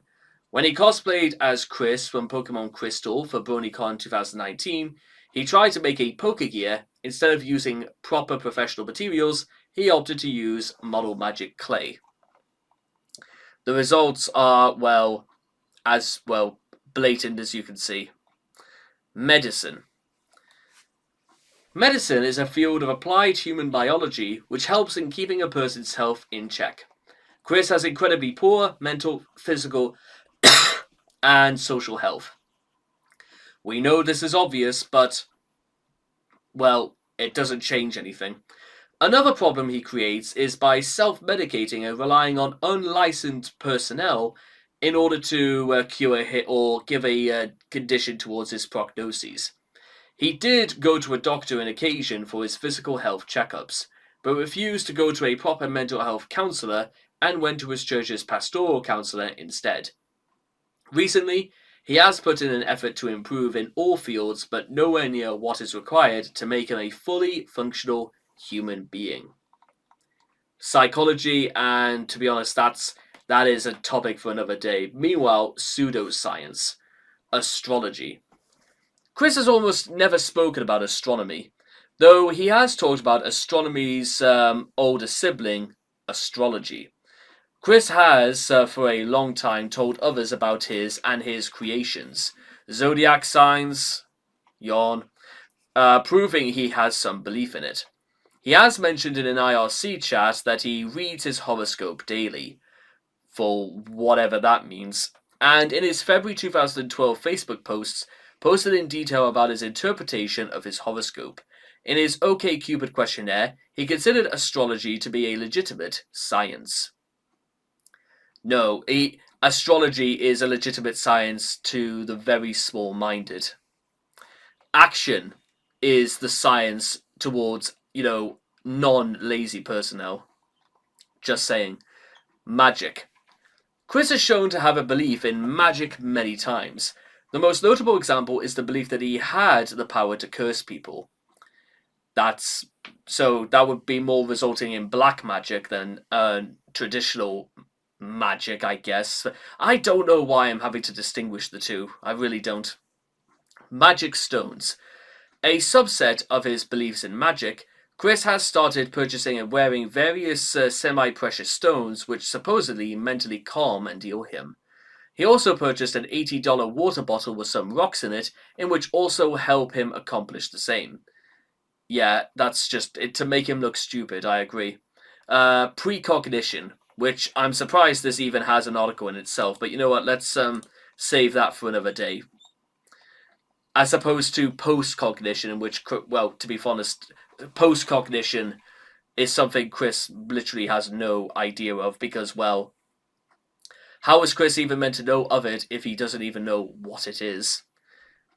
Sad but true. Subliminal frequency self-help audios. Subliminal frequency hypnosis videos are sets of audio on YouTube consisting of binaural beats, claiming to help listeners do things such as reduce body odor, turn a penis into a vagina, and make your ass fatter and stomach thinner without having to do any actual work. Now, if all of that sounds like BS, it's because it is. All of which are claims without any sort of real evidence to their effectiveness, medical or otherwise. Chris started watching, or rather listening to these in 2016, in an attempt to speed up his gender transition. This culminated in Chris, blanketing his taint wide open because he believed that watching these videos caused a vagina to grow inside of him. Despite risking his health, from ending from doing so, he continued to follow them. This time, in an attempt to develop psychic powers, of all the videos he's watched, only the ass fattening one has truly seemed to work, and not through its own means. I'll give you a hint. Chris ate more and moved even less. In fact, to be honest, the only time Chris actually moved his fat ass was to go get more food. There's something deeply ironic in that, isn't there? Numerology. Chris has seemed to develop a fixation towards numerology, which became especially prevalent in the several jail letters. Chris has on several occasions written the penultimate digit in the year 2022 backwards, so that the twos resemble a heart. Hilarious. That's hilarious. Actually, I've got an idea, because that's my brother downstairs. One moment. Okay, so I've just had a short conversation with my brother, and it turns out it was actually about fruit flies, was his the basis for his master's theory, and because it's not published, I can't actually disclose exactly what the study is. I said that. What my brother told me was that not to use big words like fly. Oh dear. Sorry, moving on. Mathematics. Which is actually quite funny about the thing about mathematics is that my job currently actually involves a lot of numbers. My actual day job, as well as what I do on YouTube and stuff like that, it's basically a very, very complicated game of numbers. And one of the things that you do become used to is that when you're surrounded by numbers, when you're working out things all day long, it's actually really, really easy to get into a rhythm where certain numbers will come up over and over again, and you just have to make a few mental calculations, and you don't really need to work. The beauty of working with numbers so much is that over time you have to do just a little bit less work because you know it off by heart because you're surrounded by the bloody things all day long, which is it's good. And listen, I've once even I've even once had to have a present like a lecture towards like at least 2 or 3 mathematicians in my time, but I'm not really sure if it would go any further. Although I will say is that math, I think it's almost an art in its own right, the study of numbers. Although the problem is that not everybody, just like with the English language or like English literature, not everybody will get it right, and sometimes, especially in the case of maths, one error anywhere will result in the wrong answer. So it's almost like every single thing has to be right for it to make sense, which is it's a difficult one, but that's why it also makes it so difficult, is because, well, you need to get it right. I excelled in math too, for the love of God. Mathematics, math or maths for short, is the study of quantity, numbers, and space. As with many autistics, Chris displays a fascination with numbers, but despite his claimed honor roll status, he has a weak grasp on the subject. There are countless examples of his mathematical errors, including basic arithmetical errors, as well as quantity, measurement, weight, and time. Chris has stated on at least one occasion that his math education goes all the way up to college trigonometry, which shows that at some point he also learned at least some college level algebra and geometry. Which, to be fair, the thing about algebra is that when I was at university, there were certain points where I actually had to pseudo learn code when I was using like After Effects and whatnot, and some of the things were so complex that you literally had to like have every single thing written down, and you had to double check literally every single thing to ensure they would work, because otherwise the code would not work and it would display it as an error when you're doing coding, which again it goes back to what I was saying about when you need things to be right, because if you don't, it's simply not going to work. Meanwhile, as they are both prerequisites to a typical trigonometry course, he has bragged to Julie about how he's pretty good math genius. He claims he received A's in his math classes. However, he wasn't used his supposed talent to his advantage by getting a job in a technical field. On his Wikipedia page, he cited his mathematical talent as proof he should have received an award at graduation. In Mumble Chat number 2, he said he got into a car crash while doing math in his head. AKA, he was not focused on what he was doing. Arithmetic. Quickville's currency is made up of C quarters and W quarters. According to the Solitude Canon, 10 C quarters make up a single W quarter, which makes no sense given what we know a quarter is, as 1 quarter is a fourth of a respectable unit. When a clerk told Chris he was $2 short of affording his usual fare of junk food, he was left dumbfounded as to what he should do. Another customer in line gave Chris $2 to make up the deficit, and instead of handing it over to the clerk to pay off his debt, Chris simply took that money, the food, and left the store over everyone's protests. That's less about Chris not understanding, maths, and more just about Chris thinking that stealing was just, it's just how it was. And it must have been very, very low level because, well, I think it's something about anything with the over the value of about $1 or $200 would result in legal prosecution. However, well, to be honest, probably they should have. I've long since agreed it should be a lot lower than that, because stealing is still stealing at the end of the day. According to Chris, if he lived in Equestria, he'd be over 10,050 years old, because 1 year on Equestria is equal to about 30 Earth years, while Nightstar is 19 old in human years, but 570 in pony years. Because Chris has this fixation for his birth date, he decided to give her the birth date 24th of February 1982, which is apparently pony year 967. Only checking after he's made his statement, Chris did the math to confirm this.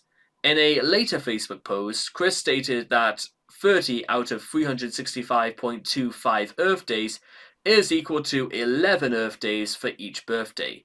In reality, it's 30 divided by 365.25 is approximately 8 hundredths. Even more pathetic and stupid is how he wrote the quotient as divided 30 by 365 instead of the other way round, and he still got it wrong, since 365.25 divided by 30 is equal to 12.175, which cannot be rounded down to 11. In his flawed math, though, he had found out that the actual birth date in pony years should be the 19th of February 939, This is also not even consistent with the show itself, which refers vaguely to longer time periods in moons, presumably moon cycles. Chris trying to make logic out of My Little Pony, which is just dumb. It's just a dumb practice. In Solitude issue 10, the 4centgarbage.com tower collapses, with 1,500 people in it. According to Chris, 500 were perfectly unharmed. Define unharmed, Chris. 250 were too drugged to escape on their own. 125 of those drug trolls managed to get out alive with help from sober trolls, while 125 of the drunk trolls were hurt, injured, and or killed. 125 sober trolls were hurt, injured, or killed. 250 others were injured. 150 others were safe but hurt. And 100 were killed.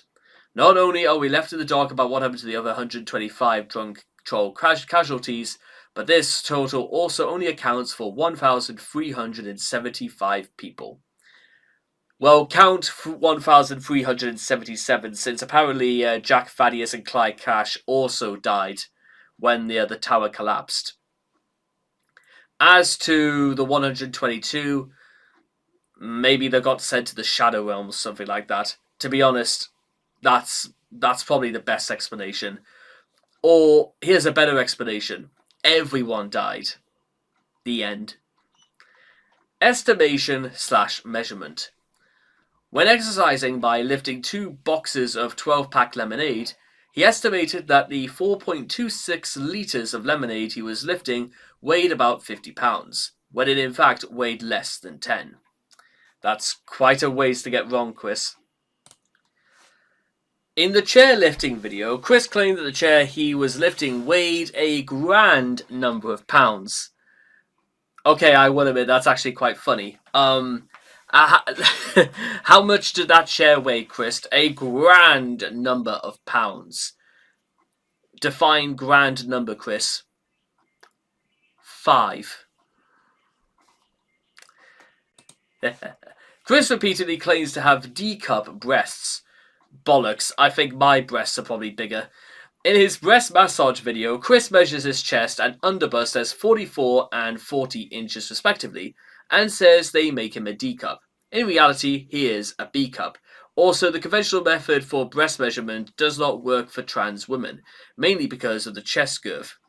So Chris is actually closer to being an A-cup. Boom, boom, boom, boom.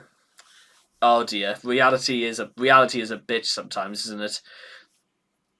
In the infamous father call, Chris seemed to believe, to this day, that a doghouse made of plastic and wood weighed 5 to 10 tons, or 10,000 to 20,000 pounds, and was heavier than any tombstone. Which, I'm going to assume he meant that's more of a metaphor than anything else. Essentially, Chris believes that plastic and wood weigh more than solid stone. Again, I'm going to assume that's a metaphor, although the measurement is a little, jarring. After walking 8 miles to and from the post office, Chris vastly underestimated the entire journey to only being 2 miles. Right, so either Chris just got lost or really couldn't tell the difference. Chris has tried to describe a number of everyday things like love and respect using all kinds of scales and numbers. His most famous example, the heart level, measures his emotional state. Another example is the scale of respect, meant to measure Chris's certain respect for certain individuals. In one of Chris's early maps of Quickville, the dimensions of its sectors/divisions are clearly visible and out of scale, even with Chris's reassurance that his CAD skills are at play. It's pretty easy for even a child to point out the errors in his judgment. In Solitude issue 1, Black Solitude is supposed to spin dash at 200 rotations per minute, which is supposed to mean that he does it at a high speed. This actually roughly translates to about 3 per second. Not really that impressive. You could probably count them. Chris claims that his calls from Central Virginia Regional Jail are limited to 10 minutes. Recordings of 4 calls, however, show that the call actual limit is 15 minutes. And knowing Chris's tendency to rant in these phone calls, I wouldn't be surprised if, well, what's the best way of putting it, is that these calls went on for far too long for probably what even they were worth. Algebra. Planet Dolan artist Vim Holness made a post joking about how butts are greater than water, written as butts greater than water, to which Chris misunderstood as taking the greater than symbol to mean the less than symbol. Water is more important than butts. Considering the post was made by a pornographic artist, and one which Chris follows nonetheless, it is more than shocking to see that he couldn't have made this connection. 2 days later, after the post was made, Chris made another response to 2D animator Spinal Palm, in which he says that salted butter is better than unsalted butter, written as salted better than unsalted. This time around, Chris actually understood the underlying message and agreed with Spinal Palm about the topic, meaning that he must have figured out the meaning of the greater than symbol after several other users corrected him. Geometry.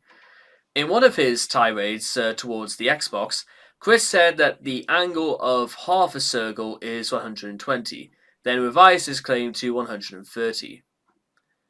And he still got it wrong. Number systems. Chris's reports of how much Cherokee blood he has have been inconsistent in the past. When he emailed Jackie, he stated he was 1/16th Cherokee, but he later told Regina that he was 132 Cherokee.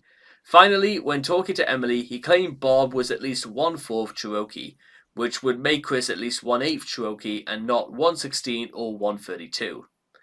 To be honest, I think Chris is none of these things anyway, but it's kind of funny that he can't keep his story straight. To avoid assigning an unlucky number to his Nightstar comic, Chris decided to number the comic as Sonichu issue 12-9, using an M dash to place a decimal point. This could make sense if it referred to the 9th part of the issue, but Chris clearly intends it as a fractional amount of almost 13. Yeah, well, he almost got it right. Instead, no, he couldn't be any further from being wrong. Statistics and probability. Chris coined the term infinitely high boyfriend factor, the probability that a woman he is trying to latch onto isn't single, in which he claims he doesn't hate only 1/4 billionth of all males. In response to a Twitter post where the user jokes about how Edmund Macmillan isn't in the Epstein files, Chris entirely misses the point of the post and complains about how the files don't cover well over 90% of the world's population, which indicates he believes that about 10% of people made it onto the list. As of 2026, the world has 8.3 billion people on it, meaning Chris believes that 8.3 million people have been convicted. Getting Chris and the Epstein files in the same sentence is, well, I did not know what I was expecting getting into a topic about science, but that clearly was not it. Technically, it started off in the world of science, and then it kind of steered into more mathematics by the end. Either way, Chris is a few C quarters away from a W quarter. Let's just leave it at that. God, my brain hurts from trying to make how I let me know if you guys made literally any sense out of that, and tell me about it in a later video, because I am, well, cream crackered for the day, and I will see you guys again next time. Thank you. Good evening, ladies and gentlemen, and I welcome all of you back to another Chris Chag Quickie article. In the closing stages of Chris talking about his favourite pastimes, technology. And in particular, the very thing that keeps Chris glued to the screen pretty much through almost all of his life, the television. Chewing gum for the eyes. However, what exactly is the precedence that television actually holds in Chris's mind? Because there was a study done during the 1980s about what's referred to as cultivation theory, which is the idea that much like how religion had a stronghold over people's imaginations for hundreds of years, the television, or in many ways social media nowadays, seems to almost have just as much of a stronghold over our civilization and even our method of thought. For Chris, however, growing up in the 80s and 90s, and even throughout the noughties, television has a very different sort of aspect. And to be honest, people of Chris's generation probably shit. Like, I mean, it was very different from when I was growing up because I started like watching television less and less by the time I was about 16 and kind of just sort of shifted away from it because, well, there were other things going on at the time. Chris, however, there was nothing ever going on, and there was probably nothing even on the telly either. So let's get to it. Television is a widely used telecommunication medium for transmitting and receiving moving images. It is a staple in almost all North American homes, as well as many other homes throughout the world. It's also one of the favourite pastimes of our mutual friend. Well, friend is pushing it a bit. Indeed, when not socializing, recycling, playing video games, or ranting about blue arms, it's a fairly safe bet Chris is sitting down and watching the television. Lots and lots of the television. Chris gets most of his information concerning the outside world through the television, among other forms of entertainment media. This leads to blatantly ripping off concepts and characters from whatever he watches, without any sort of real thought about how things are interpreted. But let's get into a bit more about that. Chris is prone to interpreting various forms of media in his own strange way. During his attempt to put his own ads on the Wikipedia, he claimed, among many other things, that the award-winning film Avatar was meant to promote the the extinction of homosexuality, rather than the tolerance of other cultures. How he contrived this idea is a complete mystery. Not only does homosexuality not feature in the film in any way, but the message of the film is that it's wrong to exterminate anything. Yeah, kind of a bit. It's basically like a big budget version of Pocahontas in some ways. Dude, I remember like being about 12 years old and the hype surrounding Avatar was immense. And how it was meant to be the most extravagant, the most expensive, and perhaps one of the most elaborate looking films ever made. And to be honest, Hollywood has kind of made it a bit of a habit ever since to hype up. Like, what was that one film? I think it was like, called like Atlas 9. It was released in 2012. That they tried to one up Avatar, but I can't remember if anybody ever said they watched it. And then along came pretty much the Marvel Cinematic Universe in its full swing, leading all the way up to Avengers Infinity War and then Endgame, movies which dominated the box office for really being a way of closing a lot of doors, because that theoretically was meant to be the end. Anyway, with that being said, his fear of homosexuals destroying the future incidentally emerged from an episode of South Park called Goobacks, which was a satire of the controversy of illegal immigration. In the episode, a group of rednecks who had lost their jobs to the illegal migrants from the future decided that the best way to get their jobs back was to destroy the future by making everyone gay so there wouldn't be anybody in the future. Chris, however, took everything at face value and interpreted the episode as a scare film on par with Red Dawn. In a similar vein, Chris is convinced that Family Guy is anti-gay Republican propaganda owing to his failure to interpret that the show is parodying Republicans, and that the show's creator Seth MacFarlane is famously a supporter of gay rights. Interestingly enough, Chris does not have this same misconception when it comes to live action media. He's explicitly stated that Seinfeld characters aren't real and justified his like of the Saw franchise by saying that all the violence is all made up. Which, to be honest, if Chris really did interpret the Saw films as being more big budget snuff films and Chris claiming to like the movies, then that makes Chris a very, very disturbed person indeed. Because I don't know if you've noticed, but there's a lot of death in the Saw films. And not all of it is as straightforward as, like, I don't know, somebody getting shot. Oh, there is all sorts of things that happen in the Saw films, from somebody being blended to death to being poisoned to death by nerve gas. somebody being I'm gonna use the term microwaved to death when they had to like perform brain surgery and drop a piece of their brain into a dissolving liquid. One where where two people were in a competition with each other that had to cut off parts of their own body to put on a scale. Is there any others that I'm missing? Oh, and one in particular in which a guy was strapped at the bottom of a silo tank, and he was slowly going to be drowned as he was consumed by, well, basically pig slurry. I don't know about you guys, but yeah, there is. I don't know what goes through the minds of some people when they come up with stuff like that. But clearly, they have stronger stomachs and probably an even stronger disposition to the ever never ending scare tactic of watching people die horrifically.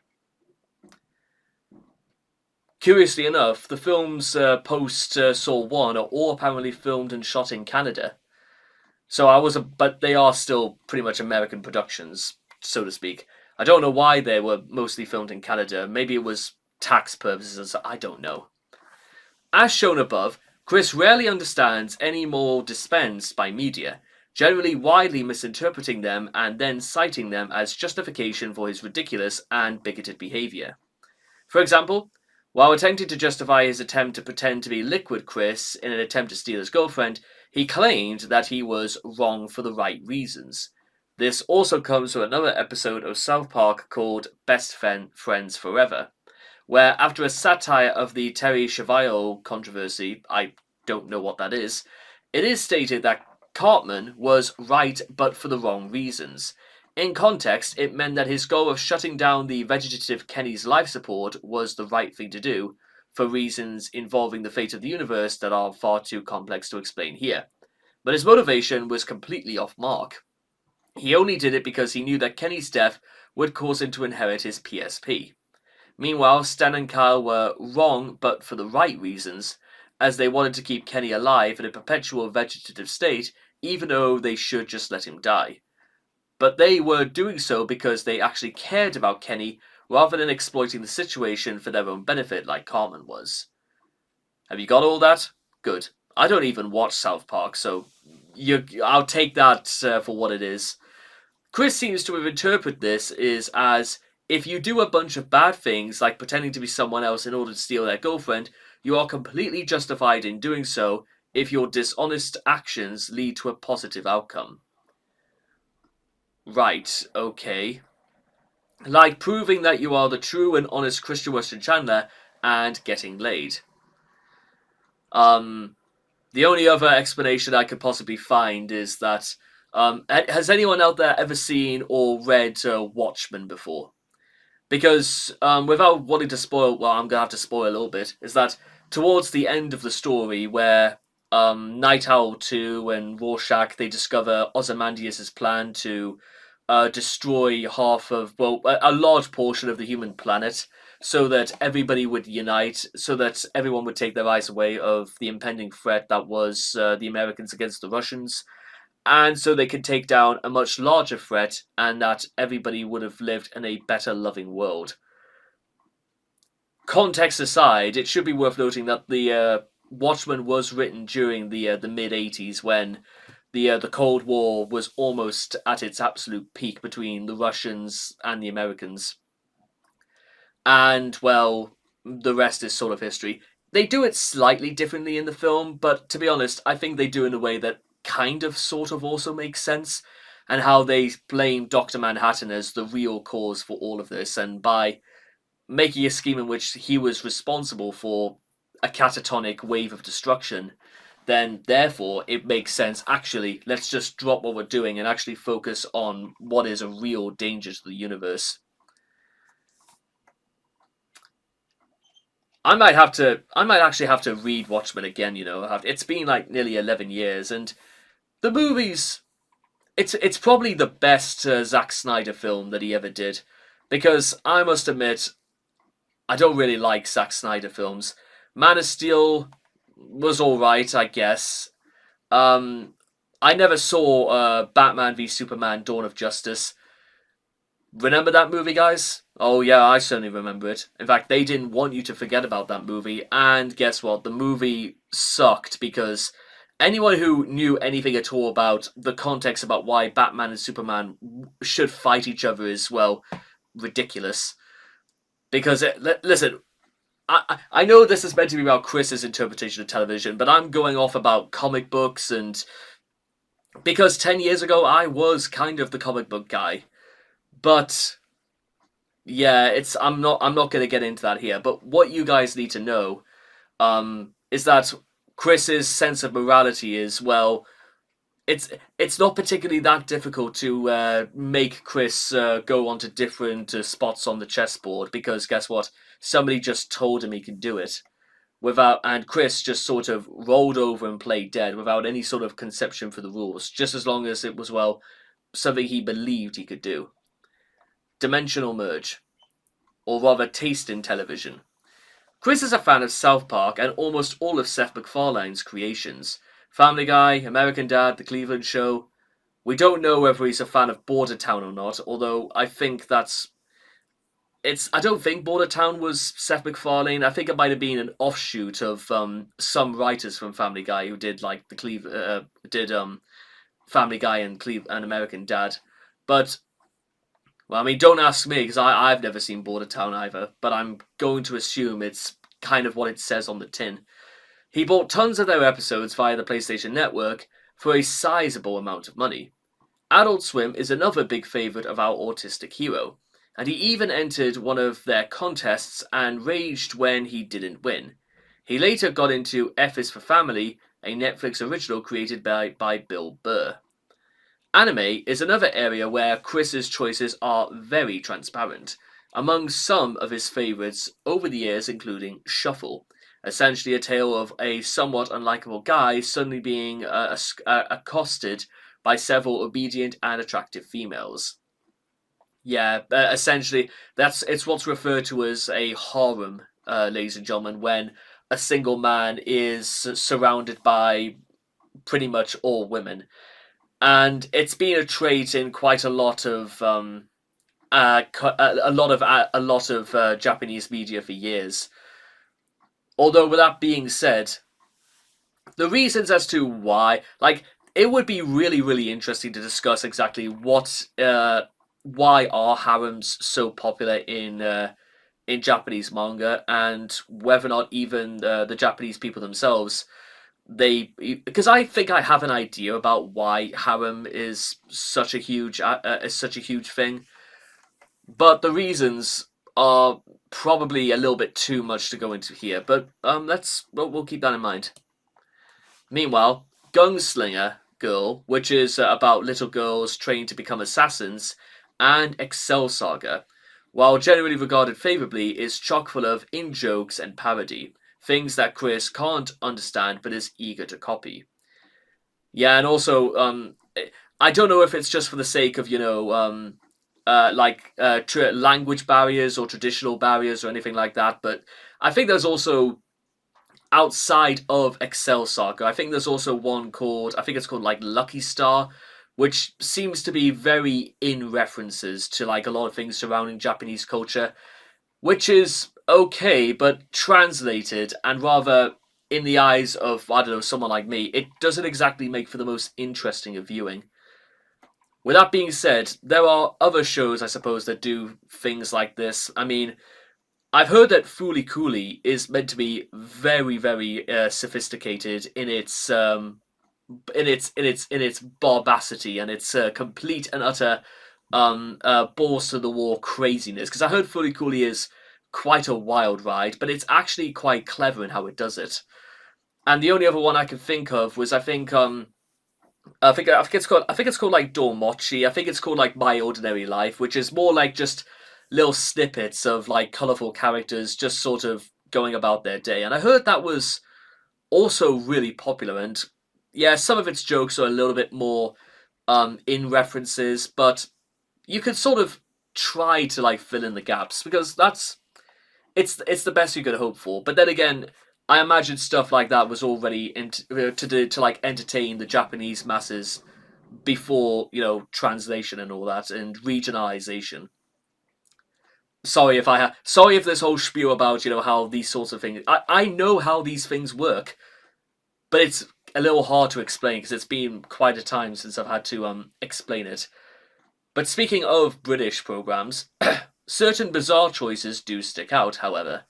Monty Python's Flying Circus has been brought up or referenced several times, along with comedian Red Skelton and I Love Lucy. The former feature's absurdity probably piqued Chris's interest, while the final two are probably an offshoot of his decrepit parents. Chris is a fan of movie musicals, and that's his top three are On the Town, Singing in the Rain, and Meet Me in St. Louis. In the same conversation, he described Mary Poppins, another movie musical, as his favourite movie. Although I will admit, Chris at least has he does kind of have like a good taste in that because Mary Poppins is fantastic. It's probably one of the best movies that Disney ever came out with. And by the way, even at the age of 101, Dick Van Dyke is still kicking and dancing, which is remarkable if you ask me. And you know what, give that man at least one more Emmy just for still being able to go at over 100. Chris seems, meanwhile, to have also watched a fair bit of Cartoon Network and Nickelodeon in the early 90s and 2000s, making references to Cousin Skeeter, Ed, Edd and Eddy, and the Powerpuff Girls, among others. Many of these shows have gained significant cult followings and significant bastardizations because even in the current year, it's been 10 whole years since the reboot of the Powerpuff Girls, and oh dear lord, what a disaster. Many of these shows have, but were made for kids much younger than Chris was at the time. Seeing his other interests, though, it's not that surprising that he was watching shows designed for elementary schoolers when he was in high school and college. Well, mind you, with that being said, back when I was in high school, I watched a particularly well-known show that that they have actually adapted for an older audience anyway, and it was called Adventure Time. Because that one actually does manage to bridge the gap in absurd, slightly more adulterous humor for a younger audience, and even in this in this sort of like sequel slash spin off called Adventure Time with Fiona and Cake, I heard that it's actually a fantastic continuation. I heard that there are some things they address that are not only like adult in nature, but adult in the sense that they don't go for like sex or violence or anything like that. They actually go for quite a lot of things that would be quite difficult for kids to interpret. And I've got to go and shut the window again because right, there we go. Anyway, yeah, sorry, moving. But what I'm trying to say is that the show is, it's an experience I'll never forget. And to be honest, it kind of makes me want to watch the show from the beginning again. Anyway, meanwhile, Chris has also shown an occasional preference for some horror films, including the film adaptation of Silent Hill and the Saw series, which, although rarely mentioned by Chris, could be viewed as an inspiration for the events of Solitude Issue 10, where the Asperpedia 4 were executed via elaborate death traps. Well, elaborate by Chris's standards. If the picture is clear, Chris likely uses Hulu to watch all the shows that he can't on Netflix. Also, Chris uses Disney+. Mods Chris uploaded to Mod Nation Races indicate he's also a fan of Drawn Together, for obvious reasons. For those who've never seen Drawn Together, it was boasted as the first reality TV show in animated form. However, because of the crude nature of Drawn Together, most people don't really bring it up.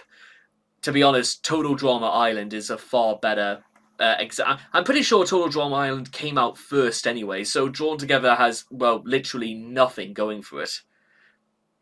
Meanwhile, he copied a scene from Beavis and Butthead in an issue of Sonichu. Also a show I don't watch, although, to be fair, I'm a much better fan of the spin-off of Beavis and Butthead, Daria. Not too sure what else I'm supposed to say apart from that, we keep going to Netflix. Chris has used Netflix to satisfy his watching needs instantaneously, enabling him to reach a near comatose state of mental saturation. Put in more practical terms, he spent more than 6 hours watching Keeping Up Appearances and South Park in a single day. That's quite a lot of television, Chris. Almost 6 hours, really? What? Twice, in terms of averages, Chris watches roughly 3 hours of television a day, at least for the week viewed, which I'd say that's nearly 2 hours too many if you ask me. The huge selection and instant watch feature, combined with Chris's need to whack, has led to some interesting choices in film. To date, he has rented Maniac Nurses Find Ecstasy, Story of O, Virgin, and many more titles with sexual names and or posters. Considering Netflix doesn't deal in pornographic material, he's wasting his time. Other than these porno hunts and impulsive rentals, or possibly what was it called, Money Shot, the Pornhub story, something like that. Anyway, Chris is pretty much interested in only two types of these programs: adult cartoons, British sitcoms, and comedy, displaying a remarkably narrow range of interests. The only movie that really stands out in his selections is Twilight, of all things. Netflix has also allowed him easier access to cartoons of his childhood, Transformers and Sonic the Hedgehog being the most prominent. The apparent binge of Transformers related television may have been the inspiration behind Sonichu Issue 9. Beginning in the second half of the 2010s, Netflix also began investing in anime for original content. Of all these, Chris spent a single day in early June 2020 binge-watching BNA, Brand New Animal, merely stating on the social media it's a very good anime. Given that it's a flashy, action-packed anime consisting of humanoid animals, overpowered protagonists, moralizing lectures, a villainous conspiracy, and the heroine's blood being used for a vaccine to cure the populace, many of which should sound familiar to anyone on the wiki, that Chris would find it enjoyable is rather unsurprising. And that is, well, really we only have like one more issue to go, ladies and gentlemen, for Chris's takes on television. And insofar as this whole article is concerned, I think the most interesting thing about all of this is the fact that, well, Chris's tastes have sort of, like many other things, have kind of stayed the same, and it's not always a bad thing, I suppose. But one thing that might also stick out is that Chris doesn't really seem to have any interest in documentaries, drama. Most non-fiction work seems a little bit not mentioned here or there, or any wildlife documentaries, for example, or or pages out of history. Which again, it's not everybody's interest, but I wonder if Chris ever thought about trying any of it. And I suppose for what they're worth, feel free to ask me if you like, if you wanted to know what my sort of tastes in television are, because they have changed in like recent years. But we'll see. We'll see if that comes of anything. In the meantime, I'll see all of you guys again next time. Thank you. And finally, to put Chris's and technology sub readings to bed, we now have to, well, plug in and player one is ready to start. This is Chris and video games. Pretty much the single most soul-draining aspect of Chris's mere little existence. You may argue that's a little bit patronizing to the sake of Chris, but I think Chris will be too busy, before anything else. Sad but true. Now listen, don't get me wrong, I like video games as well. However, there's a difference between, as a hobby, as just a bit of fun, and Chris being almost emotionally and physically invested in doing this. But we'll explain what we mean by physical later. And Christian's father says it only takes him a few hours to master an electronic game and then move on to another. I can't master any of them. That's the poor TV anchor woman on Chris winning the Sonic the Hedgehog Watch and Win sweepstakes, which is just quite it's a night I like. It's always probably the most wholesome part of Chris's life, really. And yeah, meanwhile, in a case of cursory glance at this wiki would not tell you, Chris likes video games a lot. In fact, Chris definitely has spent more time on video games than any other activity or pursuit, which includes, but not limited to, his own love quest. He has said he spends between 2 and 4 hours a day playing games, and the real figure is likely higher than he even wants to admit. Without delving too deeply into armchair psychiatry, it is not too hard to see why video games hold so much appeal to young Chris. His brain is wired to operate according to absolute values and rigidly defined processes. This is one of the reasons why he has so much difficulty in the real world. The rules keep changing on him, but if he figures out the rules in the first place, in the artificial world of video games, the challenges are the kind that his flexible mind is able to comprehend and finally surmount. There, the rules never change, and all he has to do is follow them. Reality isn't quite as simple, which is why he spends as little time out there as possible. Almost automatically, you could work out sort of why. It's a bit like sort of when I'm at work and whenever I get asked to deal blackjack.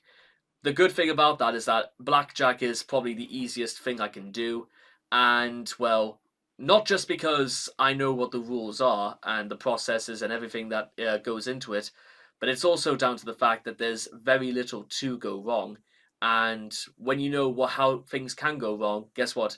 It doesn't take too much brain work to work out, well, how do you avoid X, Y, and Z. Moving on. Early years. Chris has been an avid gamer since a very young age. He first played video games on a Commodore 64 home computer system. Before he was even 8 years old, he had a Game Boy and a Nintendo Entertainment System, and he acquired more consoles and games throughout the 90s. According to the Sonic Chronicles, he has been a fan of Sonic the Hedgehog since the character's 91 debut for the Sega Genesis.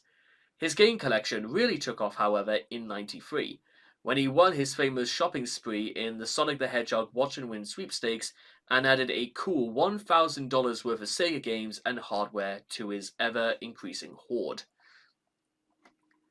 Now, although the last completely reliable account of his collection dates all the way back to January 2009, Chris owns, conservatively, nearly 850 different game titles across 20 different platforms. He sold off roughly 100 games in various trips to GameStop and local pawn shops during the late summer and early fall of 2010, but this hardly depletes the reserves. At all. He also maintained an account with the mail order rental service GameFly until August 2010. Sony consoles dominate Chris's collection. Counting the games he has downloaded through the PlayStation Network, nearly half of his games belong to the PlayStation family. Next in terms of content is Nintendo, including more than 100 games from Nintendo's different platform portables, and Sega bringing up the rear. While he owns every Sega console short of an 8-bit Master System, and Sonic the Hedgehog is one of his favorite individual franchises, games for Sega consoles make up less than 15 to 10% of Chris's entire collection.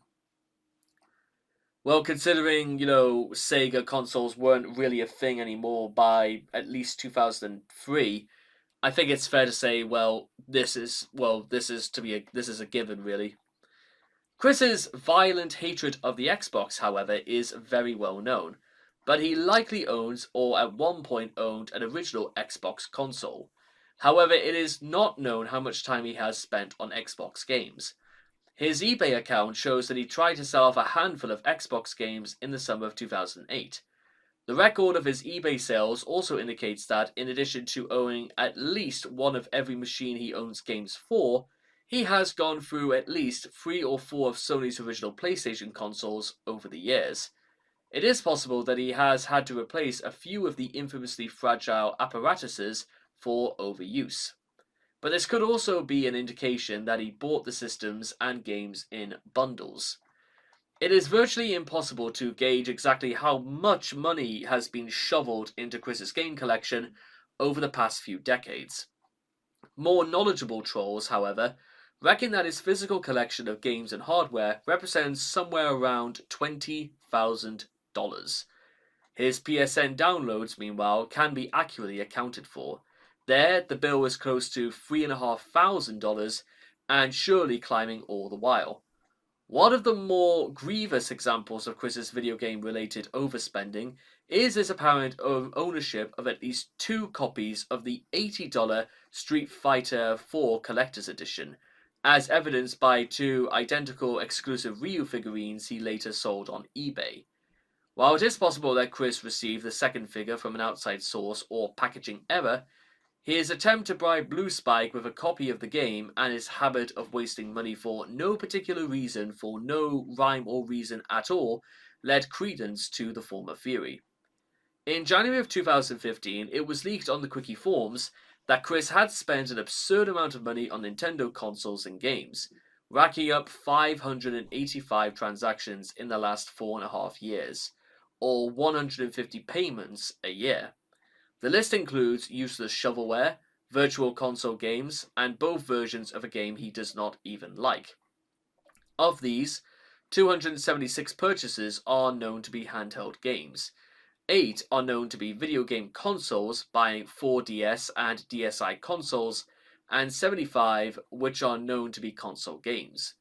The grand total cost of all of Chris's listed purchases is $7,460.43, or $1,657.87 a year. Please keep in mind that 39% of the purchases Chris has on his account, such as Skylanders figures, amiibos, and his Wii U Virtual Console purchases, are not yet specified, meaning that their cost is not included in this already insanely high figure. Apparently, his main attention and fanboyism has shifted from PlayStation back to Nintendo for unknown reasons. This leak also revealed that Chris almost plays every game demo available on the eShop, Nintendo's online downloadable video game store, even if he has no interest in said game. This leak also confirmed that he had bought every single Sonic and primary Pokemon RPG, proving that he is still a major fanboy of both franchises, and also confirmed that he still makes many purchases multiple times over for no apparent reason, such as Wario's Woods. And whether or not he has ever played Wario's Woods is a good question that I wish I had the answer to. Preferences. Going on what evidence is available, such as what he has talked about on his websites and YouTube, what his PSN profile shows the most effort put into, and what he decides to construct elaborate fan works around, Chris has fairly childish, casual taste in video games. Though he puts an inordinate level of effort and time into gaming, he does so playing stuff like Sonic, Pokemon, Animal Crossing, Guitar Hero, and other games geared toward more mainstream and less hardcore audiences. His favourite racing game, Mod Nation Racers, is a straightforward title that allows players to create their own tracks and cars. Little Big Planet earned a rabid following with its level editor software, but otherwise it's just another side-scrolling platform game, and Chris hardly strains the level editor to the limits of its potential. Much of his PSN trophy case is filled out with achievements obtained by playing simple downloadable demo scene and indie productions. Chris has purchased a fair share of M-rated games as well, such as Family Guy, the video game, Grand Theft Auto, and Call of Duty, which shows that his interest in games is not necessarily limited to the E rating, but these games, however, tend to be fairly shallow in terms of gameplay. Brutal Legend, on the other hand, isn't remarkably deep as far as gameplay is concerned. While the game is an M-rated title with swearing, decapitations, heavy metal music, and tricky real-time strategy elements, for the most part, the atmosphere is still jolly and humorous enough, and the majority of gameplay consists of exploring the world and having straightforward beat-em-up fights. Some have questioned whether or not Chris's interest in Brutal Legend was because of an affinity for director Tim Schafer's other quirky offbeat games such as Psychonauts and Grim Fandango. While Chris might be drawn to the perceived random access humor of these games, it is more likely that they were too intelligent for him, and thus hold no appeal to his childish mind. Chris's interest in Brutal Legend was most likely due to Jack Black voicing the main character, and possibly his failed attempts to be seen as a connoisseur of music. Because, by the way, even though Chris has stated that he hates heavy metal music, well, it makes you wonder why exactly he would be interested in playing it. Because, well, I fail to see the connection apart from, well, probably Jack Black being in it, but I hardly see that as a deal breaker. Got it. The games that Chris owns are not necessarily the games that Chris plays. You might be confused about that, but however, his PSN downloads strongly suggest that he spends more money on his gaming hobby or less out of compulsion. Where the $65 he spent on downloadable content for Disgaea 3, a game he had only played to 7% completion several months after originally buying all those downloads, it is reasonable to assume that Chris has similar spending habits in real life, a theory bolstered somewhat by his retro game collections and a house full of junk. Chris's collection of games for the Sega CD, Sega Saturn, and a couple of other now dead consoles are dominated by bargain bin trash, extremely common or poor quality games that are easily bought at lower prices. No knowledgeable gamer would ever pay money for Power Factory featuring C+C Music Factory, except maybe as a gag gift. But Chris apparently thought it was worth owning. This habit seems to be picked up from Barbara and continues to this day in the form of eShop shovelware and virtual console downloads. His collection does a good job at telling us of what sort of games Chris does not play though. Outside of the Pokemon series, for instance, he evinces or evidences no interest, for example, in role-playing games. Most of the non-Pokemon RPGs in his collection, like Suikoden and Final Fantasy VII, are PlayStation retro releases he impulse bought through the PSN. Chris buys those up like penny candies. He has even downloaded several digital duplicates of the PlayStation games of which he already owns physical copies for.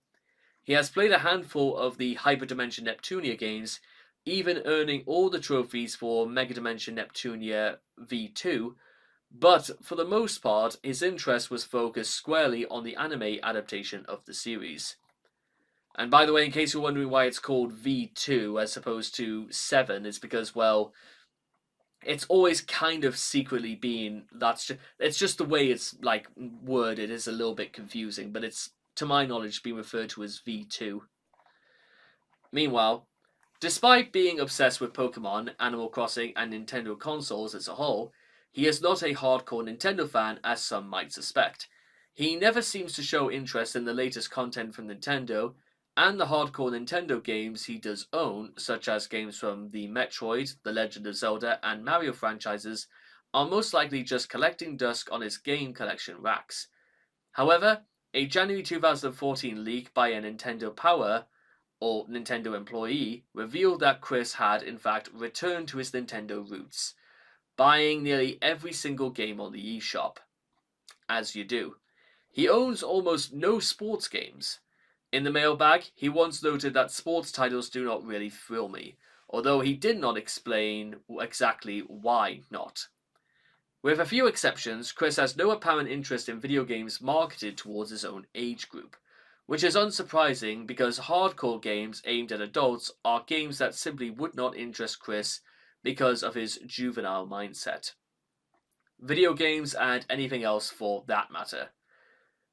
With mature themes that are not two-dimensionally crass and full of random access humor, would probably confuse and bore Chris and make him feel awkward and uncomfortable.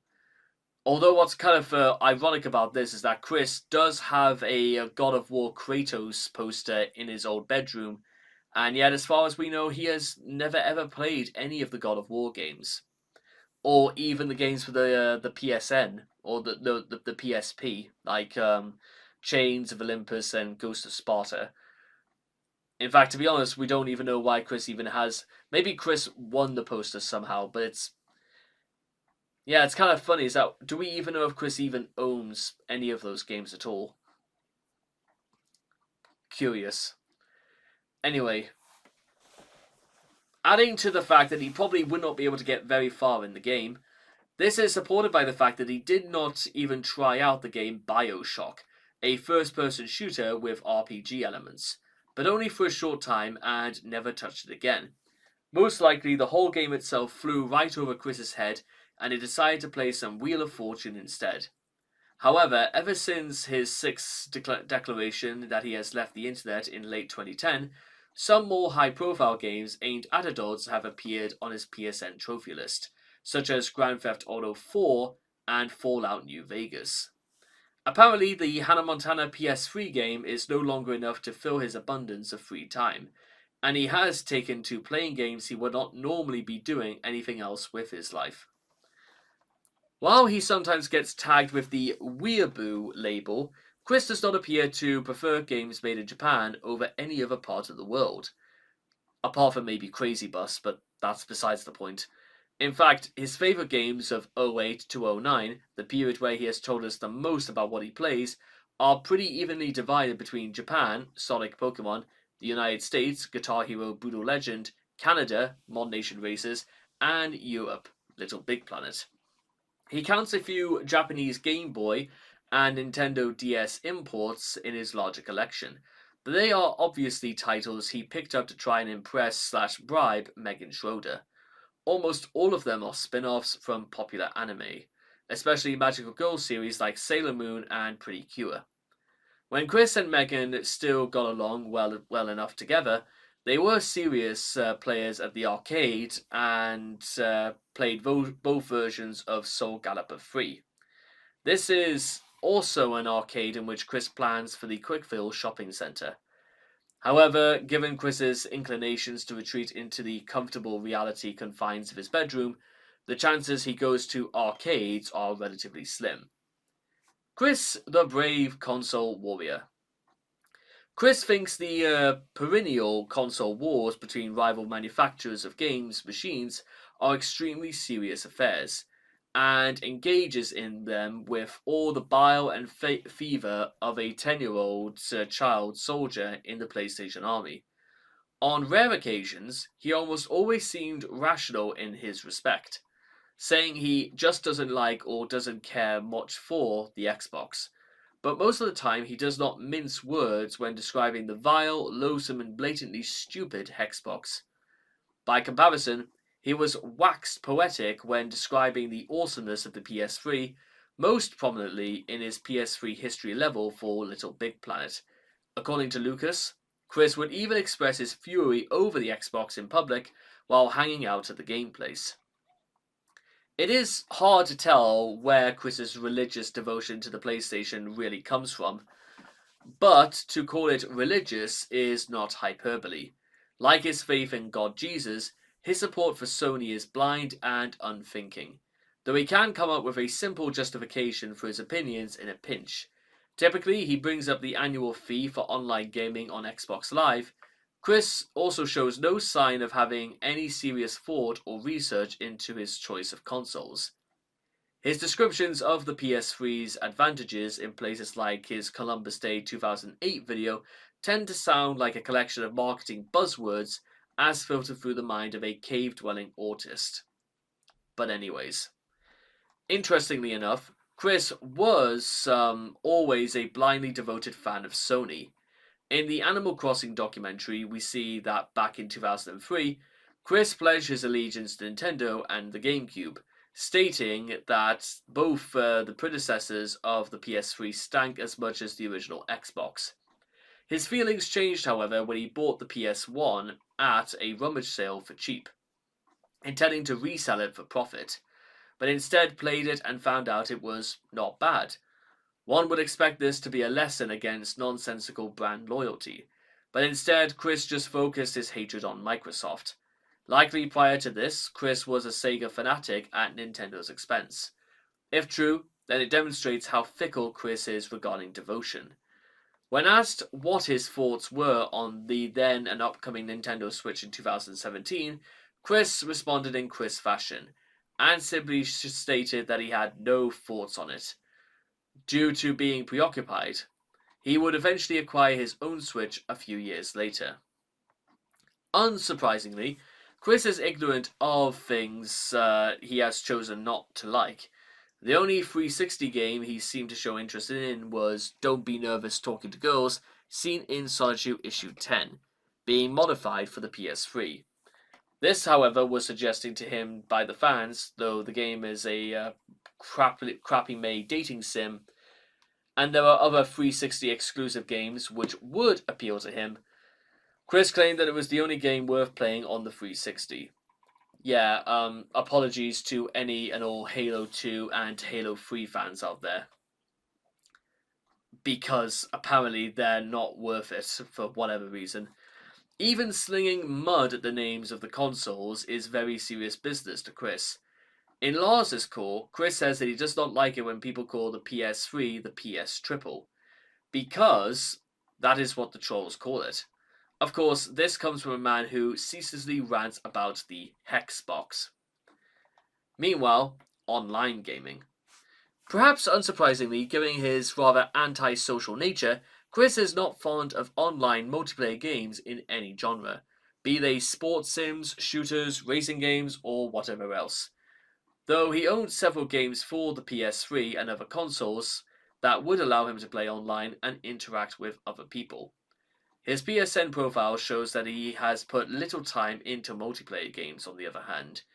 In 2010, and afterwards, two exceptions to this rule emerged. He did a good deal of online racing in Mod Nation Racers during the summer of 2010, while early in 2011, Chris began to show an interest in an online role-playing game for the time, DC Universe Online. His fondness for Mod Nation competition eventually passed, but it remains to be seen whether or not he will develop a lasting interest in the MMO gaming. Dedicated observers of Chris's gaming habits may notice a bit of a paradox developing here. Chris claims to hate the Xbox 360 because Microsoft requires a $50 annual subscription fee for online gaming. It is a mystery then why this would wind him up so badly, when he hardly plays any multiplayer games. But such is the nature of Chris.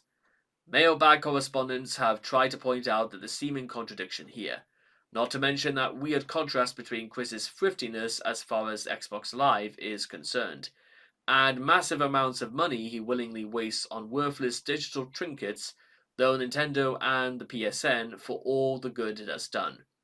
Though they may as well have tried to change his opinion on Asperger's syndrome and probably got just as far as well. In later years, Chris would begin playing online games on his Switch and PS or PC, such titles such as Tetris 99 and Payday 2. Meanwhile, the trophy whore. While Chris has little evident interest in directly interacting with other humans in online games, he does seem to enjoy building up a massive trophy case to passively show off his PlayStation Network profile. He has doggedly played through a number of games in order to earn every available achievement, and on occasion, he appeals to his fanbase for help in earning said trophies. For instance, he begged readers of his Twitter feed to download the Mod Nation Racers level so he could pick up more than one trophy. A slacker that he is, Christopher prefers to put faith in as little effort as possible into earning his trophies. Presented with a trophy in Little Big Planet 2 that asked him to contribute a custom level to the game's online community, he fulfilled the requirement by uploading an empty level with no work put into it. When this level was deleted by the community's administrators, he took the next easiest route and uploaded his old levels made with the first Little Big Planet. Why he didn't just do that in the first place, I have no idea. In an email to Jackie, he expressed great pleasure when the Mod Nation experience system was patched to make certain trophies easier to acquire. counting duplicate games like ports to different Sony consoles and games separated into episodes. Chris has earned all the trophies in over 76 games on the PSN. That's apparently worth going over, buying useless pieces of junk. Meanwhile, PC games. Games for personal computers are conspicuously absent from Chris's collection and his evident gaming playing habits. The only sign that he has ever owned any PC games comes from his eBay account, which shows that he tried to auction off a collection of vintage Dungeons and Dragons role-playing games for the PC in the summer of 2008. He also owned a copy of the first Lego Island game for PC, as seen as his possession of the Infomaniac minifigurine, which was only obtainable from early copies of said game. In the fan mail reading video, after a fan sent him a copy of Half-Life 2, Chris explained, "I don't play PC games. I used to, but I don't anymore." As opposed to saying, "Thank you so much for the gift." He failed to indicate why he gave them up, though. Though in his first Mumble chat, he claimed to remember To Who, but later backpedaled and said, "I never really heard of that."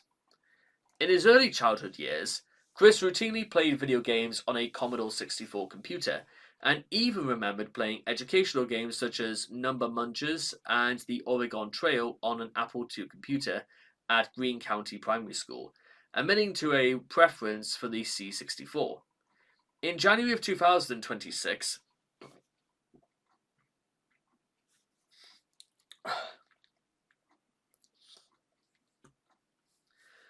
more sick just came up.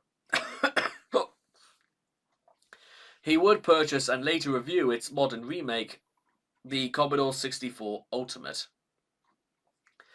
Due to the influence of the Idea guys and him acquiring the decent computer, Chris has picked up PC gaming.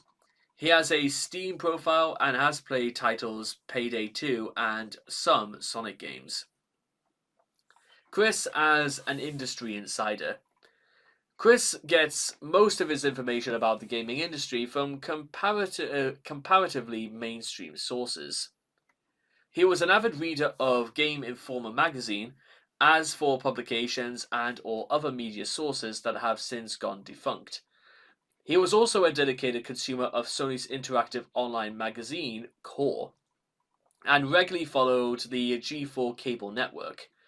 Chris even apparently took the Spike Video Game Awards, later reorganized into a slightly more reputable Game Awards, seriously, which puts him about 5 years behind anybody even with a passing interest within the gaming business. Is that true? Are those awards not taken too seriously? But, well, then again, when is anything nowadays? E3 hype time and all that. 16 times the detail. Chris, the game designer. At various times, especially during the Miyamoto saga, but going as far back as the late 90s, when he had a prophetic dream of a Sonic game for the Game Boy, Chris has imagined that he could launch himself into a career as a game designer. It is telling, however, or rather for the time, however, that nearly all of his ideas for potential games simply involving swapping Sonichu or other Chris-spawned characters into an existing game concept. Pokemon Lightning version, for example, is a Pokemon RPG with Sonichu in it. Pretty self-explanatory. Sonichu Adventure is just Sonic Adventure with Sonichu in it, and John's custom Gundam, Sisterly Rescue, is Gundam Journey to Jaburo with Megan's quasi-related brother in it, and so on. The closest he has gone to coming up with something like an original idea is Kristen Weston Chandler's Adult Chronicles, and it is not actually known what the game is supposed to amount to, beyond what Chris drew on the cover, and occasional haphazard mentions. It is entirely possible, therefore, that the answer is unknown, probably even to Chris himself. Nevertheless, Chris sincerely believes that his characters and game ideas are ready for commercial success. He once rejected an email from the mailbag that brought up the notion of a not-for-profit fan-made Sonichu game and brushed off similar suggestions in his first IRC fan chat. In the video about dispelling rumors of an official Sonichu game, he scoffed at the idea of the game ideas being made with 2D graphics, without really explaining why he didn't want that, but well, beggars can't be choosers. Modding and customization. One of the great ironies of Chris's existence is that he loves to create and share his creations, even though he possesses almost no genuine innate creativity. He tends to gravitate strongly towards video games that allow him to create his own content and then share it online. Since console games are often not modifiable, while PC game modding tends to be demanded more technical skill than he possesses, Chris has only been able to show off his creativity in this field so much. That said, the PS3 games Little Big Planet and Mod Nation Racers exerted a powerful grip on him with their customization capabilities. Chris made, for example, a ton of levels in Little Big Planet, dropping out of sight for the better part of a month when he first acquired the retail version of the game. Likewise, he has made levels, characters, and custom cars for Mod Nation Racers, and it resulted in a similar disappearance during the summer of 2010. His output has not shown too much actual competence, but it is not for the lack of time and effort spent.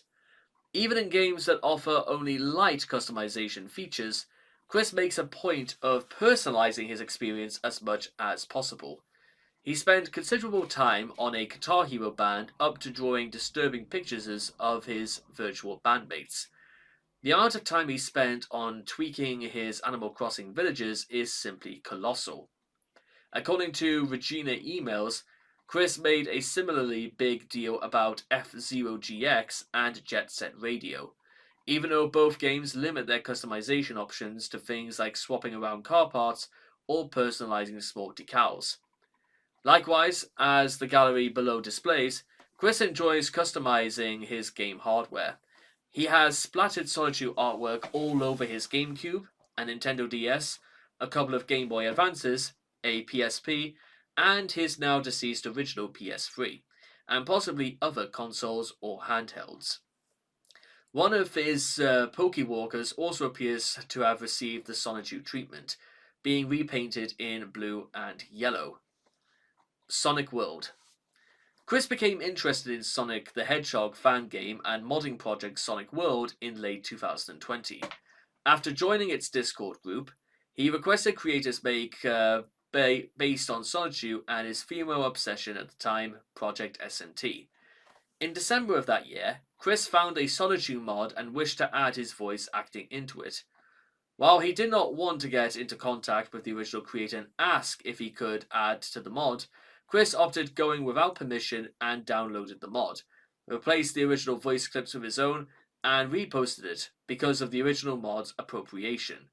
Chris was eventually banned from the mod hosting website Game Banana, and he was also banned from the Sonic World Discord group not long after due to his passive-aggressive yet megalomaniacal confrontation with the Sonichu mod's creator. Chris's perception, however, of video game technology. Chris obviously has no idea about how video games or video game consoles work. For example, as seen in the panel of Sonichu issue 10, he seems to think that games are interchangeable and can work on any console. Do not buy or download illegal copies of Little Big Planet on Wii or Xbox 360. It is punishable by law. Even though he could easily check and see that he cannot play his copy of Little Big Planet on the Wii, although he is either too lazy or is afraid of having his house raided by jerk-ops. Neither is aware of the technology's current capabilities. As stated in the survey of Chris and Reality, he once suggested that Nintendo should create a Pokeball peripheral which could display holographs, which can only be seen in science fiction currently. But then, the eventual decline of his gaming obsession. Chris's passion for gaming seems to have relatively subsided by the late 2010s.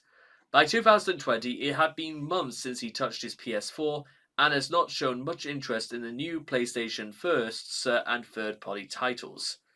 A look at his recent then tweets and wish list suggested he was busy binging TV shows and movies. However, Chris continued to regularly play Tetris 99 on the Nintendo Switch from 2019 up until his arrest in 2021.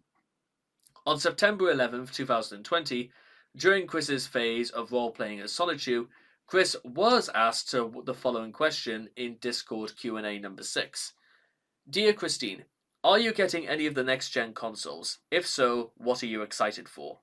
Chris's response, taking that you mean the new PS5 or Xbox S generation of consoles, Mama had not really given much thought about that, and I hadn't as much either, considering we'll be in a new timeline free of this pandemic and all of that.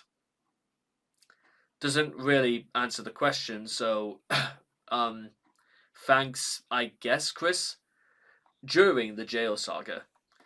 During Chris's time behind bars, for perhaps the first time in his life, he was deprived of any ability to access his gaming collection. The various letters he sent to assorted acquaintances over the course of his confinement made little mention of his electronic hoard, and the status of his gaming collection is itself unknown. With Chris having been away from his home for the better part of 2 years at a time of writing, and reports that items belonging to him were thrown out of the house.